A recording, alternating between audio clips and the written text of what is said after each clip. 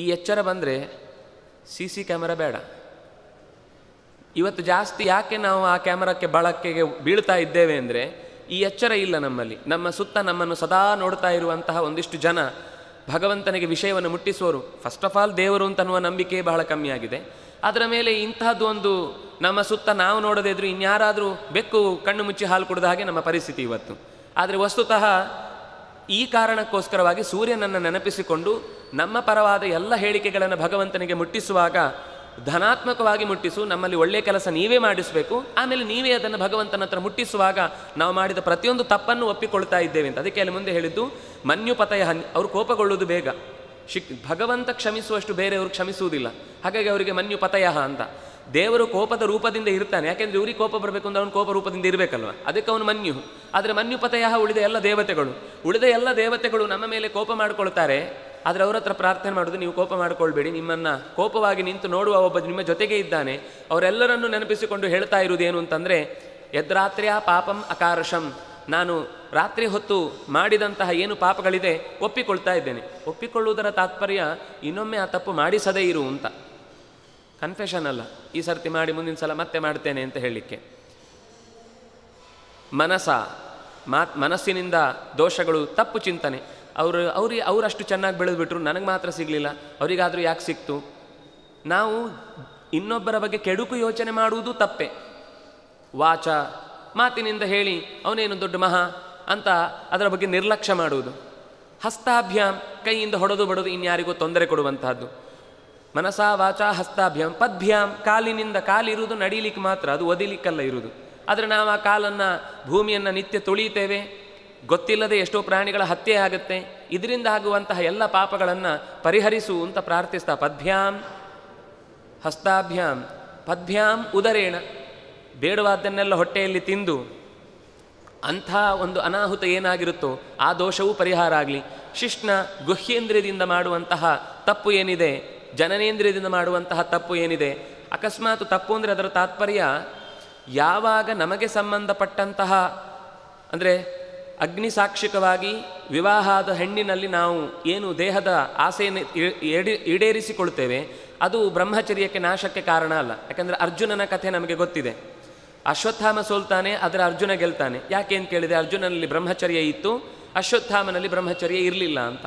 ಅಂತಹ ಬ್ರಹ್ಮಚರ್ಯಕ್ಕೆ ಸಂಪಾದನೆಗೆ ಕಾರಣವಾದ ಸಮಾಜವೇ ಒಪ್ಪಿಕೊಂಡ ಸಂಸ್ಕಾರದ ರೂಪದಿಂದ ನಾವು ಪಡೆದಂತಹ ಏನು ದೇಹದ ಸೌಖ್ಯ ಇದೆ, ಅದು ಪಾಪ ಅಲ್ಲ. ಆದರೆ ಅದು ಬಿಟ್ಟು ಬೇರೆದನ್ನು ನಾವು ಯೋಚಿಸಿದೆವು ಅಂತಂದಾಗ ಅದು ಶಿಷ್ಣ. ಆಮೇಲೆ ಪದ್ಭ್ಯಾಂ ಉದರೇಣ ಶಿಷ್ಣ. ಇದೆಲ್ಲವನ್ನು ಕೂಡ ರಾತ್ರಿ ಅವಲುಂಪತು, ಈ ರಾತ್ರಿ ದೇವತೆಯಾದಂತಹ ದುರ್ಗಾದೇವಿ ಪರಮಾತ್ಮನ ರೂಪ ದೋಷವನ್ನು ಪರಿಹಾರ ಮಾಡಲಿ. ರಾತ್ರಿ ತದವಲುಂಪತು ಯತ್ಕಿಂಚ, ಇದಿಷ್ಟು ನಾನು ಗೊತ್ತಿದ್ದು ನನಗೆ ಹೇಳಿದ್ದು. ಯತ್ಕಿಂಚ ದುರಿತಮ್ಮೈ, ನನ್ನಿಂದ ತಿಳಿಯದೆ ಬೇಕಾದಷ್ಟು ಪಾಪಗಳು ದುರಿತಗಳು ನಡೀತಾನೆ ಇರ್ತವೆ. ಅದೆಲ್ಲವನ್ನು ಕೂಡ ನನ್ನಲ್ಲಿ ಆದಂತಹ ಎಲ್ಲ ದುರಿತಗಳ ಸ್ವರೂಪ ನಾನೇ. ಇಡೀ ದೇಹದಲ್ಲಿ ಅಂತಹ ಪಾಪಗಳ ಮುದ್ದೆಯಾಗಿ ನಾನು ನಿಂತಿದ್ದೇನೆ. ನನ್ನನ್ನು ಚಿನ್ನವನ್ನು ಪುಟಕ್ಕಿಡುವ ಹಾಗೆ ನಿನ್ನಲ್ಲಿ ಹೋಮಿಸ್ತಾ ಇದ್ದೇನೆ. ಸೂರ್ಯೇ ಜ್ಯೋತಿಷಿ ಜುಹೋಮಿಸ್ವಾಹ, ನಿನಗೆ ನನ್ನನ್ನು ಅರ್ಪಿಸ್ತಾ ಇದ್ದೇನೆ. ಇದರಲ್ಲಿ ಬೇಕಾದ್ದು ಚಿನ್ನ ಏನಾಗುತ್ತೆ, ಬೆಂಕಿಗೆ ಹಾಕಿದ್ರು ಅದರಲ್ಲಿದ್ದ ಕಲ್ಮಶ ಮಾತ್ರ ಹೋಗುತ್ತೆ ಹೊರತು ಚಿನ್ನ ಹಾಗೆ ಇರುತ್ತೆ. ಹಾಗೆ ನಾನು ನೀನು ಅನ್ನುವ ಬೆಂಕಿಗೆ ಹಾಕಿ ನನ್ನನ್ನು ಹೋಮಿಸ್ತಾ ಇದ್ದೇನೆ. ನನ್ನನ್ನು ಹೊರಕ್ಕೆ ತೆಗೆಯುವಾಗ ಶುದ್ಧ ಚಿನ್ನ ಮಾತ್ರ ಹೊರಗೆ ಬರುವಂತಾಗಲಿ. ಆ ಮಂತ್ರದ ಅರ್ಥ ಎಷ್ಟು ಚೆನ್ನಾಗಿದೆ ನೋಡಿ.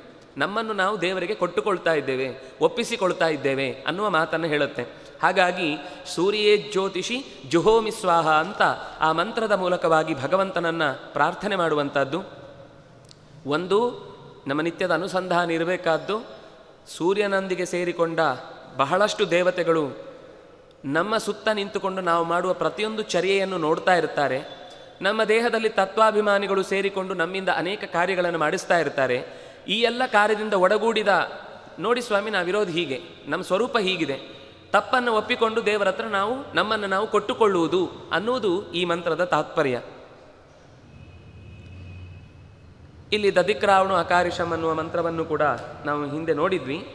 ಇದರ ನಂತರ ಯಜುಚ್ಚಿಷ್ಟಂ ಅಭೋಜ್ಯಂ ಯದ್ವಾ ದುಶ್ಚರಿತಂ ಮಮ ಸರ್ವಂ ಪುನಂತು ಮಾಂ ಆಪಹ ಅಸತಾಂಚ ಪ್ರತಿಗ್ರಹಂ ಸ್ವಾಹ ಅಂತ ಅದನ್ನು ಕೊಡಲಿಕ್ಕಿದೆ.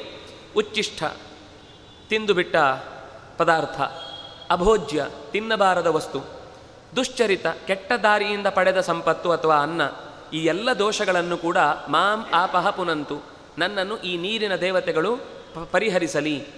ಅಸತಾಂಚ ಪ್ರತಿಗ್ರಹಂ, ಬೇಡವಾದ ವ್ಯಕ್ತಿಗಳಿಂದ ಪ್ರತಿಗ್ರಹ ಅಂದರೆ ಪಡೆದದ್ದು, ಬೇಡವಾದದ್ದನ್ನು ನಾನು ಏನಾದರೂ ಪಡೆದಿದ್ದರೆ ಆ ದೋಷವು ನಾಶ ಆಗಲಿ. ಅಹಂ ಕರ್ತೇತಿ ಸುಸ್ಪಷ್ಟ ಮಾಂ ಕರ್ಮೇತಿ ತಥೈವ ಚ ಸ್ವಾಹಾ ಶಬ್ದೇನ ಹೋಮ ಸ್ಯಾತ್ ಅತ್ರಪಾನಂ ಸ್ಮೃತಂಕಿಲ. ಇಡೀ ಮಂತ್ರದ ತಾತ್ಪರ್ಯವನ್ನು ಒಬ್ಬರು ಋಷಿಗಳು ಹೇಳ್ತಾರೆ. ಇದರ ತಾತ್ಪರ್ಯ ಏನು ಅಂತಂದರೆ, ಪ್ರತಿಯೊಂದು ಕೆಲಸದಲ್ಲೂ ನಾನು ಮಾಡ್ತೇನೆ ಅಂತನ್ನುವ ಅಹಮ್ಮಿನಿಂದ ನಾವು ಮಾಡ್ತಾ ಇರ್ತೇವೆ. ವಸ್ತುತಃ ಅಲ್ಲಿ ನಾನು ಮಾಡುವುದಲ್ಲ ಅಂತ ಮಾಡುವಾಗ ನಮಗೆ ನೆನಪಿರುವುದಿಲ್ಲ. ಆದರೆ ಈ ಸೂರ್ಯಶ್ಚೇತ್ಯಸ್ಯ ಮಂತ್ರಸ್ಯ ಅಂತ ಹೇಳುವಾಗ ನಾನು ಮಾಡಿದೆ ಅಂತ ಅಂದುಕೊಂಡು ಏನೆಲ್ಲ ಮಾಡಿದ್ದೇನು, ಅಹಂ ಕರ್ತೇತಿ ಸುಸ್ಪಷ್ಟ, ಅದು ನಮಗೆ ಚೆನ್ನಾಗಿ ಗೊತ್ತಿದೆ. ಎಂಥ ಸಂದರ್ಭದಲ್ಲಾದರೂ ಹೇಳುವಾಗ ಕೊನೆಗೆ ಹೇಳ್ತೇವೆ ಎಲ್ಲ ದೇವರು ಮಾಡಿಸಿದ್ದು ಅಂತ.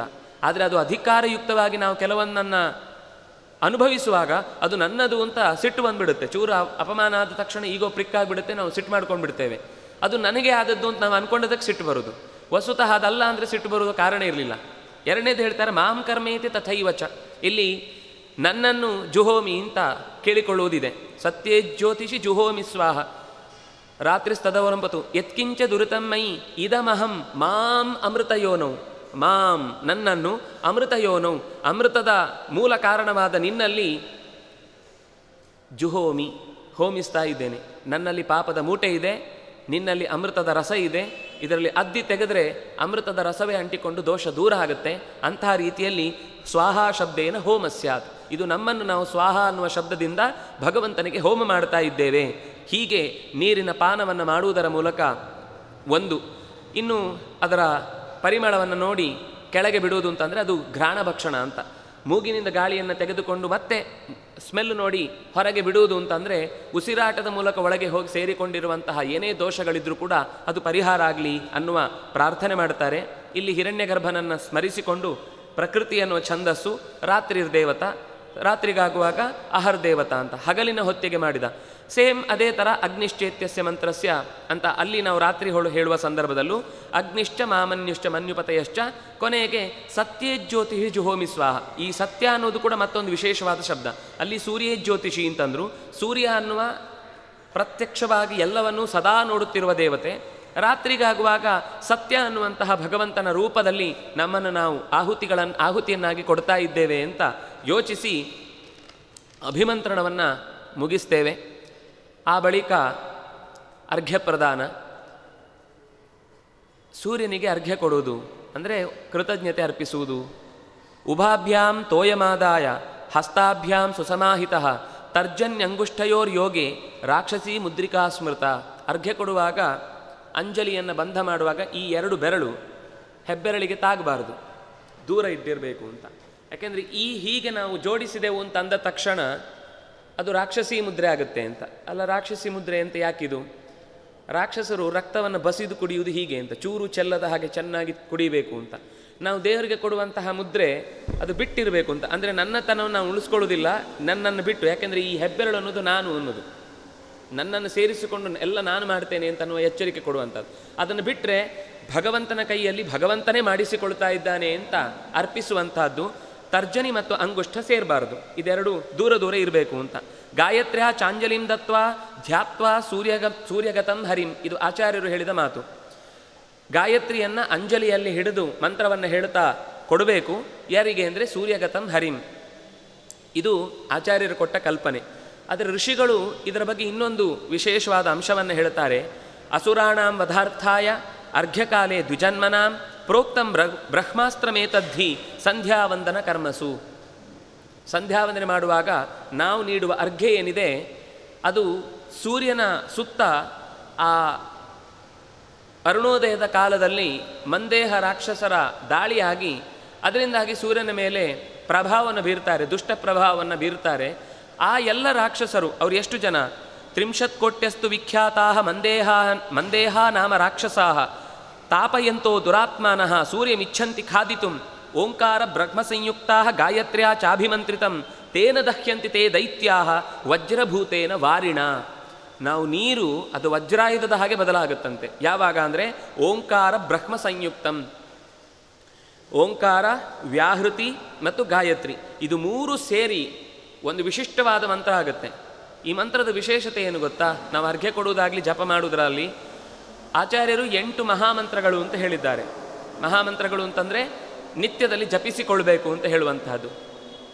ಓಂಕಾರ, ವ್ಯಾಹೃತಿ ಅಂದರೆ ಭೂರ್ಭುವಸ್ವಃ, ಗಾಯತ್ರಿ ಅಂದರೆ ತತ್ಸವಿತೃವರೆಣ್ಯಂ, ಅಲ್ಲಿಂದ ಇದು 3 ಸೇರಿ ನಾವು ಹೇಳುವ ವಿಶ್ವಾಮಿತ್ರ ಗಾಯತ್ರಿ. ಇಷ್ಟು ಸೇರಿದಾಗ ಗಾಯತ್ರಿ ಆಗುತ್ತೆ. ವಸ್ತುತಃ ತತ್ಸವಿತೃವರೆಣ್ಯಂ ಅನ್ನೋದೇ ಗಾಯತ್ರಿ.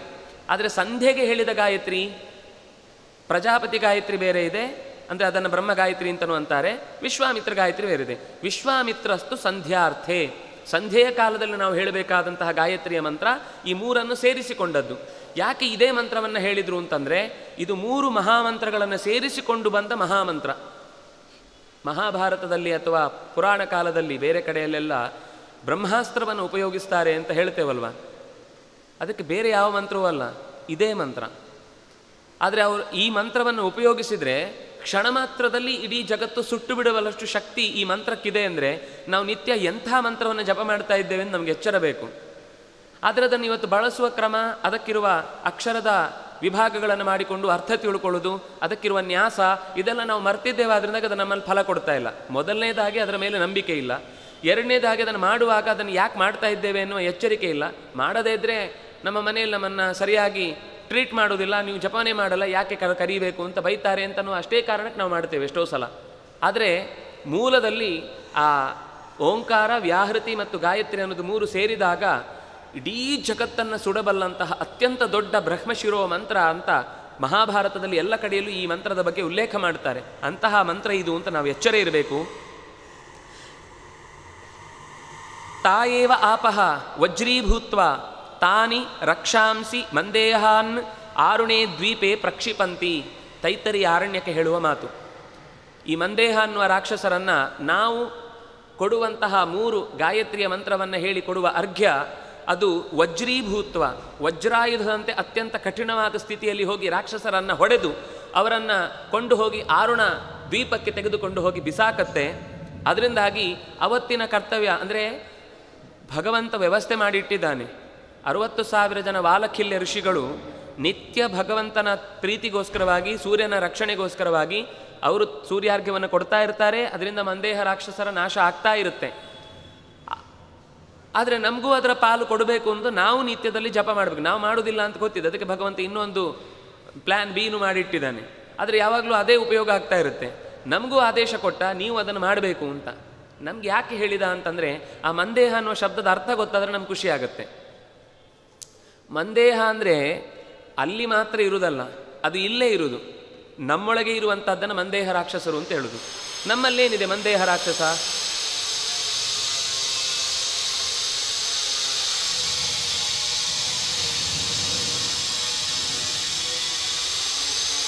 ಕೇಳಿಸ್ತಿದ್ಯಾ?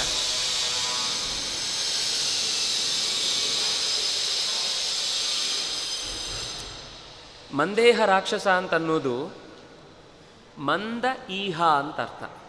ಈಹ ಅಂದರೆ ಬಯಕೆ, ಈಹ ಅಂದರೆ ಚೇಷ್ಟೆ. ಮಂದ ಈಹ ಅಂದರೆ ನಾವು ಉದಾಸೀನ ಮಾಡ್ತೇವಲ್ವ, ಅದೇ ಮಂದೇಹ. ಬೆಳಿಗ್ಗೆ ಏಳುವುದಕ್ಕೆ ಅಯ್ಯೋ 4 ಗಂಟೆಗೆ ಏಳಬೇಕಾ, 4:15 ಏಳಬೇಕಾ ಅಂತ ಹೇಳಿ ಮತ್ತೊಂದು ಹಾಲು ನಿದ್ದೆ ಮಾಡಿ ಮುಗಿಸೋಣ ಅಂತ ಚೂರು ಎಚ್ಚರ ಇದ್ದರೂ ಬೆಚ್ಚಗೆ ಮಲ್ಕೊಂಡಿದ್ರೆ ಸ್ವಲ್ಪ ಹೊತ್ತು ಚೆನ್ನಾಗಿರುತ್ತೆ ಅಂತ ಚಳಿಗೆ ಹೊದ್ಕೊಂಡು ಮಲ್ಕೊಳ್ತೇವಲ್ವ, ಹೀಗೆ ನಮ್ಮನ್ನು ಮಲಗಿಸತ್ತಲ್ವ, ಅದೇ ಮಂದೇಹ. ಮಂದ ಅಂದರೆ ದಡ್ಡತನದ ಆಸೆಗಳು, ಪೆದ್ದುತನದ ಆಸೆಗಳು. ಈ ಉದಾಸೀನ ಅನ್ನುವ ಮಂದೇಹ ರಾಕ್ಷಸರನ್ನು ಹೊಡೆದೋಡಿಸುವುದೇ ನಾವು ಎದ್ದು ಸ್ನಾನ ಮಾಡಿ ಜಪ ಮಾಡಿ ಕೂಡುವುದು.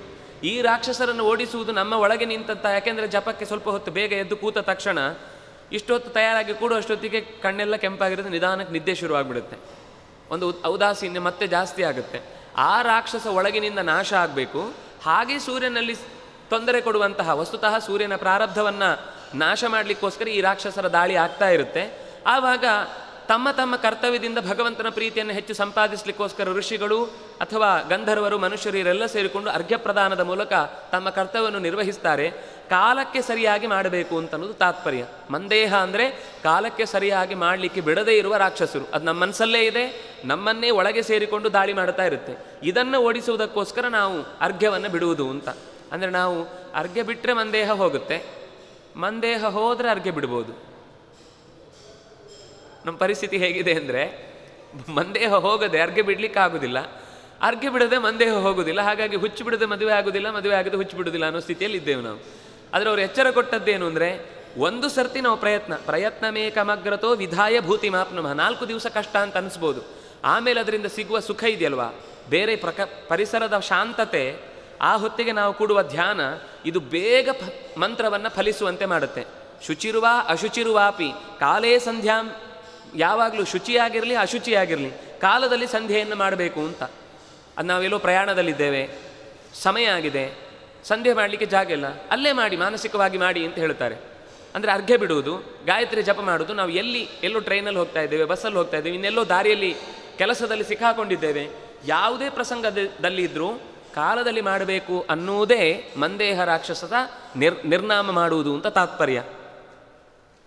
ಹೀಗೆ ಅದಾದ ಮೇಲೆ ಆ ರಾಕ್ಷಸರನ್ನು ಕೊಂದದ್ದಕ್ಕೆ ಪ್ರಾಯಶ್ಚಿತ್ತ ಅಂತ ಮತ್ತೆ ನಾವು ಪ್ರಾಯಶ್ಚಿತ್ತಾರ್ಥಮಾಚಮ್ಯ ಮುಚ್ಯತೆ ದೈತ್ಯಹತ್ಯೆಯ ಪ್ರಣವ ವ್ಯಾಹೃತಿಭಿಶ್ಚೈವ ಕೃತ್ವಾತ್ಮಾನಂ ಪ್ರದಕ್ಷಿಣಂ. ಗಾಯತ್ರೀಂ ತರ್ಪಯಾಮಿ, ಸಾವಿತ್ರೀಂ ತರ್ಪಯಾಮಿ, ಸರಸ್ವತೀಂ ತರ್ಪಯಾಮಿ ಅಂತ 3 ಅರ್ಘ್ಯವನ್ನು ಬಿಟ್ಟು ಕೈಯಲ್ಲಿ ನೀರು ಹಿಡಿದು ಪ್ರದಕ್ಷಿಣೆ ಬಂದು ಆ ಮೈಲಿಗೆ ನಾವು ಕೂಡುವ ಜಾಗಕ್ಕೆ ಒಳಗೆ ಬರದೇ ಇರಲಿ ಅಂತ ಜಲದಲ್ಲೇ ನೋಡಿ. ಇದು ಮತ್ತೆ ಬ್ರಹ್ಮ ಶಿರೋ ಮಂತ್ರ ಇದು. ಓಂ ಆಪೋ ಜ್ಯೋತಿ ರಸೋಮೃತಂ ಬ್ರಹ್ಮ ಭೂರ್ಭುವ ಸ್ವರೋಮ್ ಅಂತ ನಾವೇನು ಹೇಳಿ ಪ್ರದಕ್ಷಿಣೆ ಬಿಟ್ಟು ಸುತ್ತಲೂ ನೀರನ್ನು ಹಾಕಿಕೊಳ್ಳುತ್ತೇವೆ, ಆ ಬೇರೆ ದುಷ್ಟಶಕ್ತಿಗಳು ನನ್ನ ಮಂಡಲದ ಒಳಗೆ, ನಾನು ಕುಳಿತ ಜಾಗದ ಒಳಗೆ ಪ್ರವೇಶ ಮಾಡಬಾರ್ದು ಅಂತ ಪ್ರಾರ್ಥನೆ ಮಾಡಿ ನಾವು ಮಾಡಬೇಕು. ಯಾಕೆಂದರೆ ದೈತ್ಯರು ಸಾಯುವುದು ಅಂತಿಲ್ಲ, ಅವರು ಇಲ್ಲಿಂದ ಟ್ರಾನ್ಸ್ಫರ್ ಆಗ್ತಾರೆ ಯಾವಾಗಲಷ್ಟೇ. ಯಾಕೆಂದರೆ ಅದು ನಿರಂತರ ಋಣಾತ್ಮಕ ಶಕ್ತಿ, ಧನಾತ್ಮಕ ಶಕ್ತಿ ಎಲ್ಲಿವರೆಗಿರುತ್ತೋ ಅಲ್ಲಿಯ ತನಕ ಋಣಾತ್ಮಕವಾದ ಶಕ್ತಿ ಇದ್ದೇ ಇರುತ್ತೆ. ಅದು ನಾನು ಕೂಡುವ ಜಪದ ಜಾಗಕ್ಕೆ ಬರಬಾರದು ಅಂತ ಅನ್ನುವ ಪ್ರಾರ್ಥನೆಗೋಸ್ಕರ ನಾವು ಆ ಪರಿಶೇಚನೆ ಮಾಡುವುದು ಅದೇ ಅರ್ಥದಲ್ಲಿ, ನಾನು ತಿನ್ನುವ ಆಹಾರಕ್ಕೆ ಯಾವುದೇ ದುಷ್ಟಶಕ್ತಿಯ ಪ್ರವೇಶ ಆಗದೇ ಇರಲಿ ಅಂತ. ಅದೇ ರೀತಿ ಸುತ್ತಲೂ ತನ್ನ ಸುತ್ತ ಪರಿಷೇಕ ಮಾಡಿಕೊಂಡು ಕೂತ್ಕೊಂಡು ಪ್ರಾಯಶ್ಚಿತ್ತವನ್ನು ಮಾಡಿಕೊಂಡು ದೇವರ ಗಾಯತ್ರಿಯ ಚಿಂತನೆಗೆ ಸಿದ್ಧತೆಯನ್ನು ನಡೆಸುವುದು. ಜಲಾಭಾವೆ ಮಹಾಮಾರ್ಗೆ ಬಂಧನೆ ಅಶುಚಿರುವಾಪಿ ಉಭಯೋ ಸಂಧ್ಯಯೋ ಕಾಲೇ ವಚಸಾ ಚಾರ್ಘ್ಯ ಮುಚ್ಯತೆ. ಹೇಗೆ ಆಗಲಿ ಜಲಾಭಾವೆ, ನೀರೇ ಸಿಗ್ತಿಲ್ಲ, ಆದರೆ ಸಮಯ ಆಗಿದೆ, ಅರ್ಘ್ಯ ಕೊಡಬೇಕು. ಇವತ್ತು ಯಾವುದೋ ವಾರ ಮಿಸ್ ಆಗಿ ನಾವು ನಾಳೆ ಬರುತ್ತೆ ಅಂತ ಅಂದ್ಕೊಂಡು ಇವತ್ತು ಮಲ್ಕೊಂಡ್ಬಿಟ್ವಿ, ನೀರು ಸಿಗಲಿಲ್ಲ. ಜಪಕ್ಕೆ ಅಥವಾ ಸಂಧ್ಯಾ ವಂದನೆಗೆ ನಮ್ಮ ನೀರು ಸಿಗ್ತಾ ಇಲ್ಲ. ಆಗೇನು ಮಾಡಬೇಕು? ಮನಸ್ಸಿನಲ್ಲೇ ಭಗವಂತನ ರೂಪವನ್ನು ಚಿಂತನೆ ಮಾಡಿ ಧೂಳನ್ನು ತೆಗೆದು ಭಗವಂತನಿಗೆ ಮಹಾಭಾರತದ ಯುದ್ಧದ ಸಂದರ್ಭದ ಬಗ್ಗೆ ಹೇಳುವಾಗ ಈ ಮಾತು ಬರುತ್ತೆ. ಎಲ್ಲ ಕ್ಷತ್ರಿಯ ವೀರರು ಕೂಡ ಸೂರ್ಯಾಸ್ತ ಆಗುವ ಕಾಲಕ್ಕೆ ಅಲ್ಲಿ ಎಲ್ಲೂ ಕೂಡ ನೀರು ಸಿಗಲಿಲ್ಲ ಅಂತ ಹೇಳಿ ಅಲ್ಲೇ ನೆಲದಲ್ಲಿದ್ದಂಥ ಧೂಳನ್ನು ತೆಗೆದು ಭಗವಂತನಿಗೆ ಅರ್ಘ್ಯ ಅಂತ ಅರ್ಪಿಸಿದ್ರು ಅಂತ. ಅಂದರೆ ದೇವರಿಗೆ ಅರ್ಪಿಸಬೇಕು ಅನ್ನುವ ಎಚ್ಚರವೇ ಅರ್ಪಣೆ ಹೊರತು ನೀರು ಅರ್ಪಿಸುವುದರಿಂದ ಮಾತ್ರ ದೇವರಿಗೆ ಸಿಗುವುದು ಅಂತ ತಾತ್ಪರ್ಯ ಅಲ್ಲ. ಸಿಕ್ಕಿದಾಗ ಆ ನೀರನ್ನು ವಜ್ರಾಯುಧವಾಗಿ ಬಳಸಿಕೊಳ್ಳಿಕ್ಕಾಗತ್ತೆ. ಮಹಾಮಾರ್ಗೆ, ತುಂಬ ದೂರದ ಪ್ರಯಾಣದಲ್ಲಿದ್ದೇವೆ. ಬಂಧನೆ, ಬಂಧಿಸಿ ಇಟ್ಟಿದ್ದಾರೆ ನಮ್ಮನ್ನು, ಎಲ್ಲೂ ಹೊರಗೆ ಹೋಗ್ಲಿಕ್ಕೆ ಸಾಧ್ಯ ಇಲ್ಲ. ತಪ್ಪು ಮಾಹಿತಿಯಿಂದಾಗಿ ನಾವು ಯಾವುದೋ ತಪ್ಪು ಕಾರಣಕ್ಕೋಸ್ಕರ ಸಿಕ್ಕಾಕೊಂಡಿದ್ದೇವೆ, ಎಲ್ಲೋ ಒಂದು ಕಡೆ ಸಿಕ್ಕಾಕೊಂಡಿದ್ದೀವಿ. ಅಂಥ ಸಂದರ್ಭದಲ್ಲಿ ಅಶುಚವು, ಅಶುಚಿ ಅಂತಂದರೆ ಮೃತಾ ಶೌಚ ಅಥವಾ ಜಾತಾ ಶೌಚ, ಈ ಸಂದರ್ಭದಲ್ಲೂ ಕೂಡ ಅರ್ಘ್ಯ ಪ್ರದಾನವನ್ನು ಬಿಡುವ ಹಾಗಿಲ್ಲ. ಅಂತಹ ಸಂದರ್ಭದಲ್ಲೂ ಬೇರೆ ಎಲ್ಲ ಗಾಯತ್ರಿ ಅಂದರೆ ಉಳಿದ ಮಂತ್ರಗಳನ್ನು, ವಿಶೇಷ ನಮಗೆ ಉಪದೇಶ ಸಿಕ್ಕಿದ ಮಂತ್ರಗಳನ್ನು ನಾವು ಮಾಡಲಿಕ್ಕಿಲ್ಲ ಅಂತಾದರೂ ಗಾಯತ್ರಿ ಅಷ್ಟಾಕ್ಷರ ಮಾತ್ರ ಎಂಥ ಸಂದರ್ಭದಲ್ಲೂ ಬಿಟ್ಟು ಹೋಗಲಿಕ್ಕಿಲ್ಲ. ಅದಕ್ಕೋಸ್ಕರ ಅವ್ರು ಅಶುಚಾವಪಿ, ಎಂಥ ಅಶುಚಿ ಇದ್ದರೂ ಕೂಡ ಅರ್ಘ್ಯ ಪ್ರದಾನವನ್ನು ಬಿಡಬಾರ್ದು. ಗಾಯತ್ರಿಯ 10 ಮಂತ್ರವನ್ನು ಮನಸ್ಸಿನಲ್ಲೇ ಉಪಾಂಶುವಿನ ರೂಪದಲ್ಲಿ ಹೇಳಿಕೊಂಡು ಮುಕ್ತಾಯ ಮಾಡಬೇಕು. ಅದಕ್ಕೆ ಋಷಿ ಛಂದಸ್ಸು ದೇವತೆ ಏನೂ ಹೇಳಲಿಕ್ಕಿಲ್ಲ. ನೇರ ಭಗವಂತನನ್ನು ಸ್ಮರಿಸಿ ಮೂಲ ಮಂತ್ರವನ್ನು ಧ್ಯಾನ ಮಾಡಿಕೊಂಡು ಅರ್ಘ್ಯ ಬಿಡುವುದು, ಮತ್ತು ಆ ಭಗವಂತನ ರೂಪವನ್ನು ಚಿಂತಿಸಿ ಧ್ಯಾನ ಮಾಡಿ ಕೃಷ್ಣಾರ್ಪಣಮಸ್ತು ಅಂತ ಭಗವಂತನಿಗೆ ಅರ್ಪಿಸಿ ಬಿಡುವುದು. ಇಷ್ಟು ಮೃತಾಶೌಚದ ಸಂದರ್ಭದಲ್ಲೂ ಮಾಡಬೇಕಾದ ಸಂಗತಿ ಅಂತ. ಇದಿಷ್ಟು ಹೇಳಿ ದೈತ್ಯಾನಾಂ ರಕ್ಷಣಾರ್ಥಾಯ ವೇತ್ರಪಾಖ್ಯೋ ಮಹಾಸುರಃ ಶುಕ್ರಸ್ಯೈವಾಜ್ಞೆಯ ನಿತ್ಯಂ ಜಲೇ ತಿಷ್ಠತಿ ಸರ್ವದಾ. ನಿಮಗೆ ಗೊತ್ತಿರಬಹುದು, ಜಪ ಮಾಡುವಾಗ ಒಂದು ಲೋಟೆಯಲ್ಲೋ ತಂಬಿಗೆಯಲ್ಲೋ ನಾವು ಅದಕ್ಕೊಂದು ತ್ರಿಕೋನ ಬರೆದು ಮಧ್ಯದಲ್ಲಿ ಓಂ ಮತ್ತು ಹ್ರೀಂ ಅಂತ ಬರೀತೇವೆ, ಮೇಲ್ಗಡೆ ಚೂಪಿಗೆ ಓಂ ಅಂತ ಬರೀತೇವೆ, ಪಕ್ಕದಲ್ಲಿ ಭೂಹು ಭುವಃ ಸ್ವಹ ಅಂತ ಅದರ ದಂಡೆಯಲ್ಲಿ ಬರೀತೇವೆ. ಇಷ್ಟನ್ನು ಮಾಡ್ತೇವೆ. ಯಾಕೆ ಅಂತ ಅನ್ನೋದಕ್ಕೆ ಕಾರಣ ಕೊಡ್ತಾರೆ. ನಾವು ಅರ್ಘ್ಯದಂಡ ಮೂಲಕ ವಜ್ರಾಯುಧ ಮಾಡಿ ಅವರನ್ನು ಕೊಲ್ತೇವೆ ಅಂತ ಅವ್ರಿಗೆ ಗೊತ್ತಿರುವುದಕ್ಕೋಸ್ಕರ ನೀರಿನಲ್ಲೇ ಒಬ್ಬ ವೇತ್ರಪ ಅನ್ನುವ ಅಸುರ ಸೇರಿಕೊಂಡು ಆ ನೀರಿನ ಮೂಲಕ ನಾವೇನು ದಾಳಿ ಮಾಡಲಿಕ್ಕೆ ಪ್ರಯತ್ನ ಮಾಡ್ತೇವೆ ಅದು ಸಕ್ಸಸ್ ಆಗದೇ ಇರುವ ಹಾಗೆ ಪ್ರಯತ್ನ ಮಾಡ್ತೇನೆ. ಶುಕ್ರಸ್ಯೈವಾಜ್ಞೆಯ, ಶುಕ್ರಾಚಾರ್ಯರ ಆಜ್ಞೆಯಂತೆ ನೀರಿನೊಳಗೆ ಸೇರಿಕೊಂಡು ನಾವು ಕೊಡುವ ಅರ್ಘ್ಯವನ್ನು ಸರಿಯಾಗಿ ಶಕ್ತಿಯುತವಾಗದ ಹಾಗೆ ಮಾಡ್ತಾರೆ ಅಂತ. ಹಾಗಾಗಿ ನೀರಿನ ಶಕ್ತಿ ಅನ್ನೋದು ಸ್ವಚ್ಛ ಆಗಲಿಕ್ಕೋಸ್ಕರ, ಅಲ್ಲಿರುವ ವೇತ್ರಪ ರಾಕ್ಷಸನನ್ನು ಕೊಲ್ಲುವುದಕ್ಕೋಸ್ಕರ ಮಹಾಮಂತ್ರವಾದ ಓಂಕಾರ ಮತ್ತು ಅಮೃತ ಮಂತ್ರವಾದ ಓಂಕಾರ, ಮೇಲ್ಗಡೆಯಿಂದ ಮಧ್ಯದಲ್ಲಿ ದುಷ್ಟಶಕ್ತಿಯನ್ನು ನಿರಾಸ ಮಾಡುವ ಹ್ರೀಂ, ಭೂಹು ಭುವಃ ಸ್ವಹ ಅನ್ನುವ ವ್ಯಾಹೃತಿ, ಮೇಲ್ಗಡೆ ಮತ್ತೆ ಓಂಕಾರ, ಇದಿಷ್ಟನ್ನೂ ಸೇರಿಸಿಕೊಂಡು ಅರ್ಘ್ಯವನ್ನು ಬಿಡುವುದಿದೆ. ವಸ್ತುತಃ ನದಿಯಲ್ಲಿ ಮಾಡಿದರೆ ತುಂಬ ವಿಶೇಷ ಫಲ. ಯಾಕೆಂದರೆ ಇಲ್ಲಿಯ ತನಕ ನಮಗೆ ಆಸನದ ಬಗ್ಗೆ ಅವರು ಸ್ಪಷ್ಟ ಹೇಳಲಿಲ್ಲ. ನಮಗೆ ಆಸನದ ಬಗ್ಗೆ ಗೊತ್ತಾಗೋದು ನಾವು ತರ್ಪಣವನ್ನು ಬಿಟ್ಟ ನಂತರ ಆಸನ ಶುದ್ಧಿ ಅಂತ ಹೇಳ್ತಾರೆ. ಅಂದರೆ ಇದಿಷ್ಟು ಸಾಮಾನ್ಯವಾಗಿ ನದಿ ದಂಡೆಯಲ್ಲಿ ನಿಂತುಕೊಂಡೇ ಮಾಡುವುದು. ಇಷ್ಟು ಕೂಡ ಇದರ ನಂತರದ್ದೆಲ್ಲ ನಾವು ಜಪ ಒಂದು ಬಿಟ್ಟರೆ, ಬೆಳಗಿನ ಕಾಲದ ಒಂದು ಜಪದನ್ನು ನಾವು ನಿಂತು ಮಾಡಬೇಕು ಅಂತ, ಸೂರ್ಯ ದರ್ಶನ ಆಗುವ ತನಕ, ನಕ್ಷತ್ರ ಮರೆಯಾಗುವ ತನಕ ಗಾಯತ್ರಿ ಮಾಡಬೇಕು ಅಂತ ಹೇಳೋದೊಂದು ನಿಲ್ಲುವುದು ಬಿಟ್ಟರೆ, ದಿಗುಪಸ್ಥಾನಕ್ಕೆ ನಿಲ್ಲುವುದು ಬಿಟ್ಟರೆ ಮತ್ತೆಲ್ಲ ಕುಳಿತು ಜಪ ಮಾಡುವುದೇ ಇರುವುದು. ಹಾಗಾಗಿ ಜಪಕ್ಕೆ ಯಾವಾಗಲೂ ಕುಳಿತಾಗ ಬರುವಾಗ ಏಕಾಗ್ರತೆ ಅದು ನಿಂತಾಗ ಬಹಳ ಹೊತ್ತಿರಲ್ಲ. ಅದರಿಂದಾಗಿ ಅರ್ಘ್ಯ ಪ್ರದಾನ ಆಗಿ ಕೇಶವ ನಾರಾಯಣ ಮಾಧವ ಅನ್ನುವ ತರ್ಪಣವನ್ನು ಕೊಡುವ ತನಕ ಅವರು ಆಸನದ ಬಗ್ಗೆ ಹೇಳುವುದಿಲ್ಲ. ಅದಾದಮೇಲೆ ಆಸನದ ಬಗ್ಗೆ ಹೇಳ್ತಾರೆ. ಅಂದರೆ ಇಲ್ಲಿಯ ತನಕ ನಾವು ನಿಂತು ಮಾಡುವುದಕ್ಕೋಸ್ಕರ, ಇಲ್ಲಿ ಆ ನೀರಿನಲ್ಲಿ ಸೇರಿಕೊಂಡಂತಹ ರಾಕ್ಷಸನನ್ನು ಕೊಲ್ಲುವುದಕ್ಕೋಸ್ಕರ ಆ ತ್ರಿಕೋನದ ಮಂಡಲವನ್ನು ಬರೆದು ಭಗವಂತನನ್ನು ಆ ನೀರಿನ ಮೂಲಕ ಅರ್ಘ್ಯ ಪ್ರದಾನ ಮಾಡಬೇಕು ಅಂತ. ತಸ್ಯಾಪಕಾರಾರ್ಥಂ ಲಿಖೇತ್ ವ್ಯಾಹೃತಿ ಯಂತ್ರಕಂ ತ್ರಿಕೋಣ ದೀರ್ಘರಮ್ಯಂ ಚ ದೇವಾನಾಂ ಸಿದ್ಧಿದಾಯಕಂ ಕೋಣಮಧ್ಯೇತು ಹ್ರೀಂಕಾರಂ ಕೋಣಾಗ್ನೇ ಪ್ರಣವಂ ನ್ಯಸೇತ್ ದಂಡೇತು ವ್ಯಾಹೃತಿಸ್ತಿಸ್ರಃ ಮಧ್ಯೆ ವರುಣಬೀಜಕಂ ಕನಿಷ್ಠಾಗ್ರೇಣ ವೈ ತತ್ರ ಲಿಖೇತ್ತು ಯಥಾಕ್ರಮಂ. ಕನಿಷ್ಠ ಅಗ್ರ ಕಿರುಬೆರಳಿನ ತುದಿಯಲ್ಲಿ ಈ ಅಕ್ಷರಗಳನ್ನು ಬರೆಯಬೇಕು ಅಂತ. ಬರೆದ ಮೇಲೆ ಮಧ್ಯೆ ವರುಣ ಬೀಜಕಂ ಲಿಖಿತ್ವ ಮಂತ್ರರಾಜಂ ತಂ.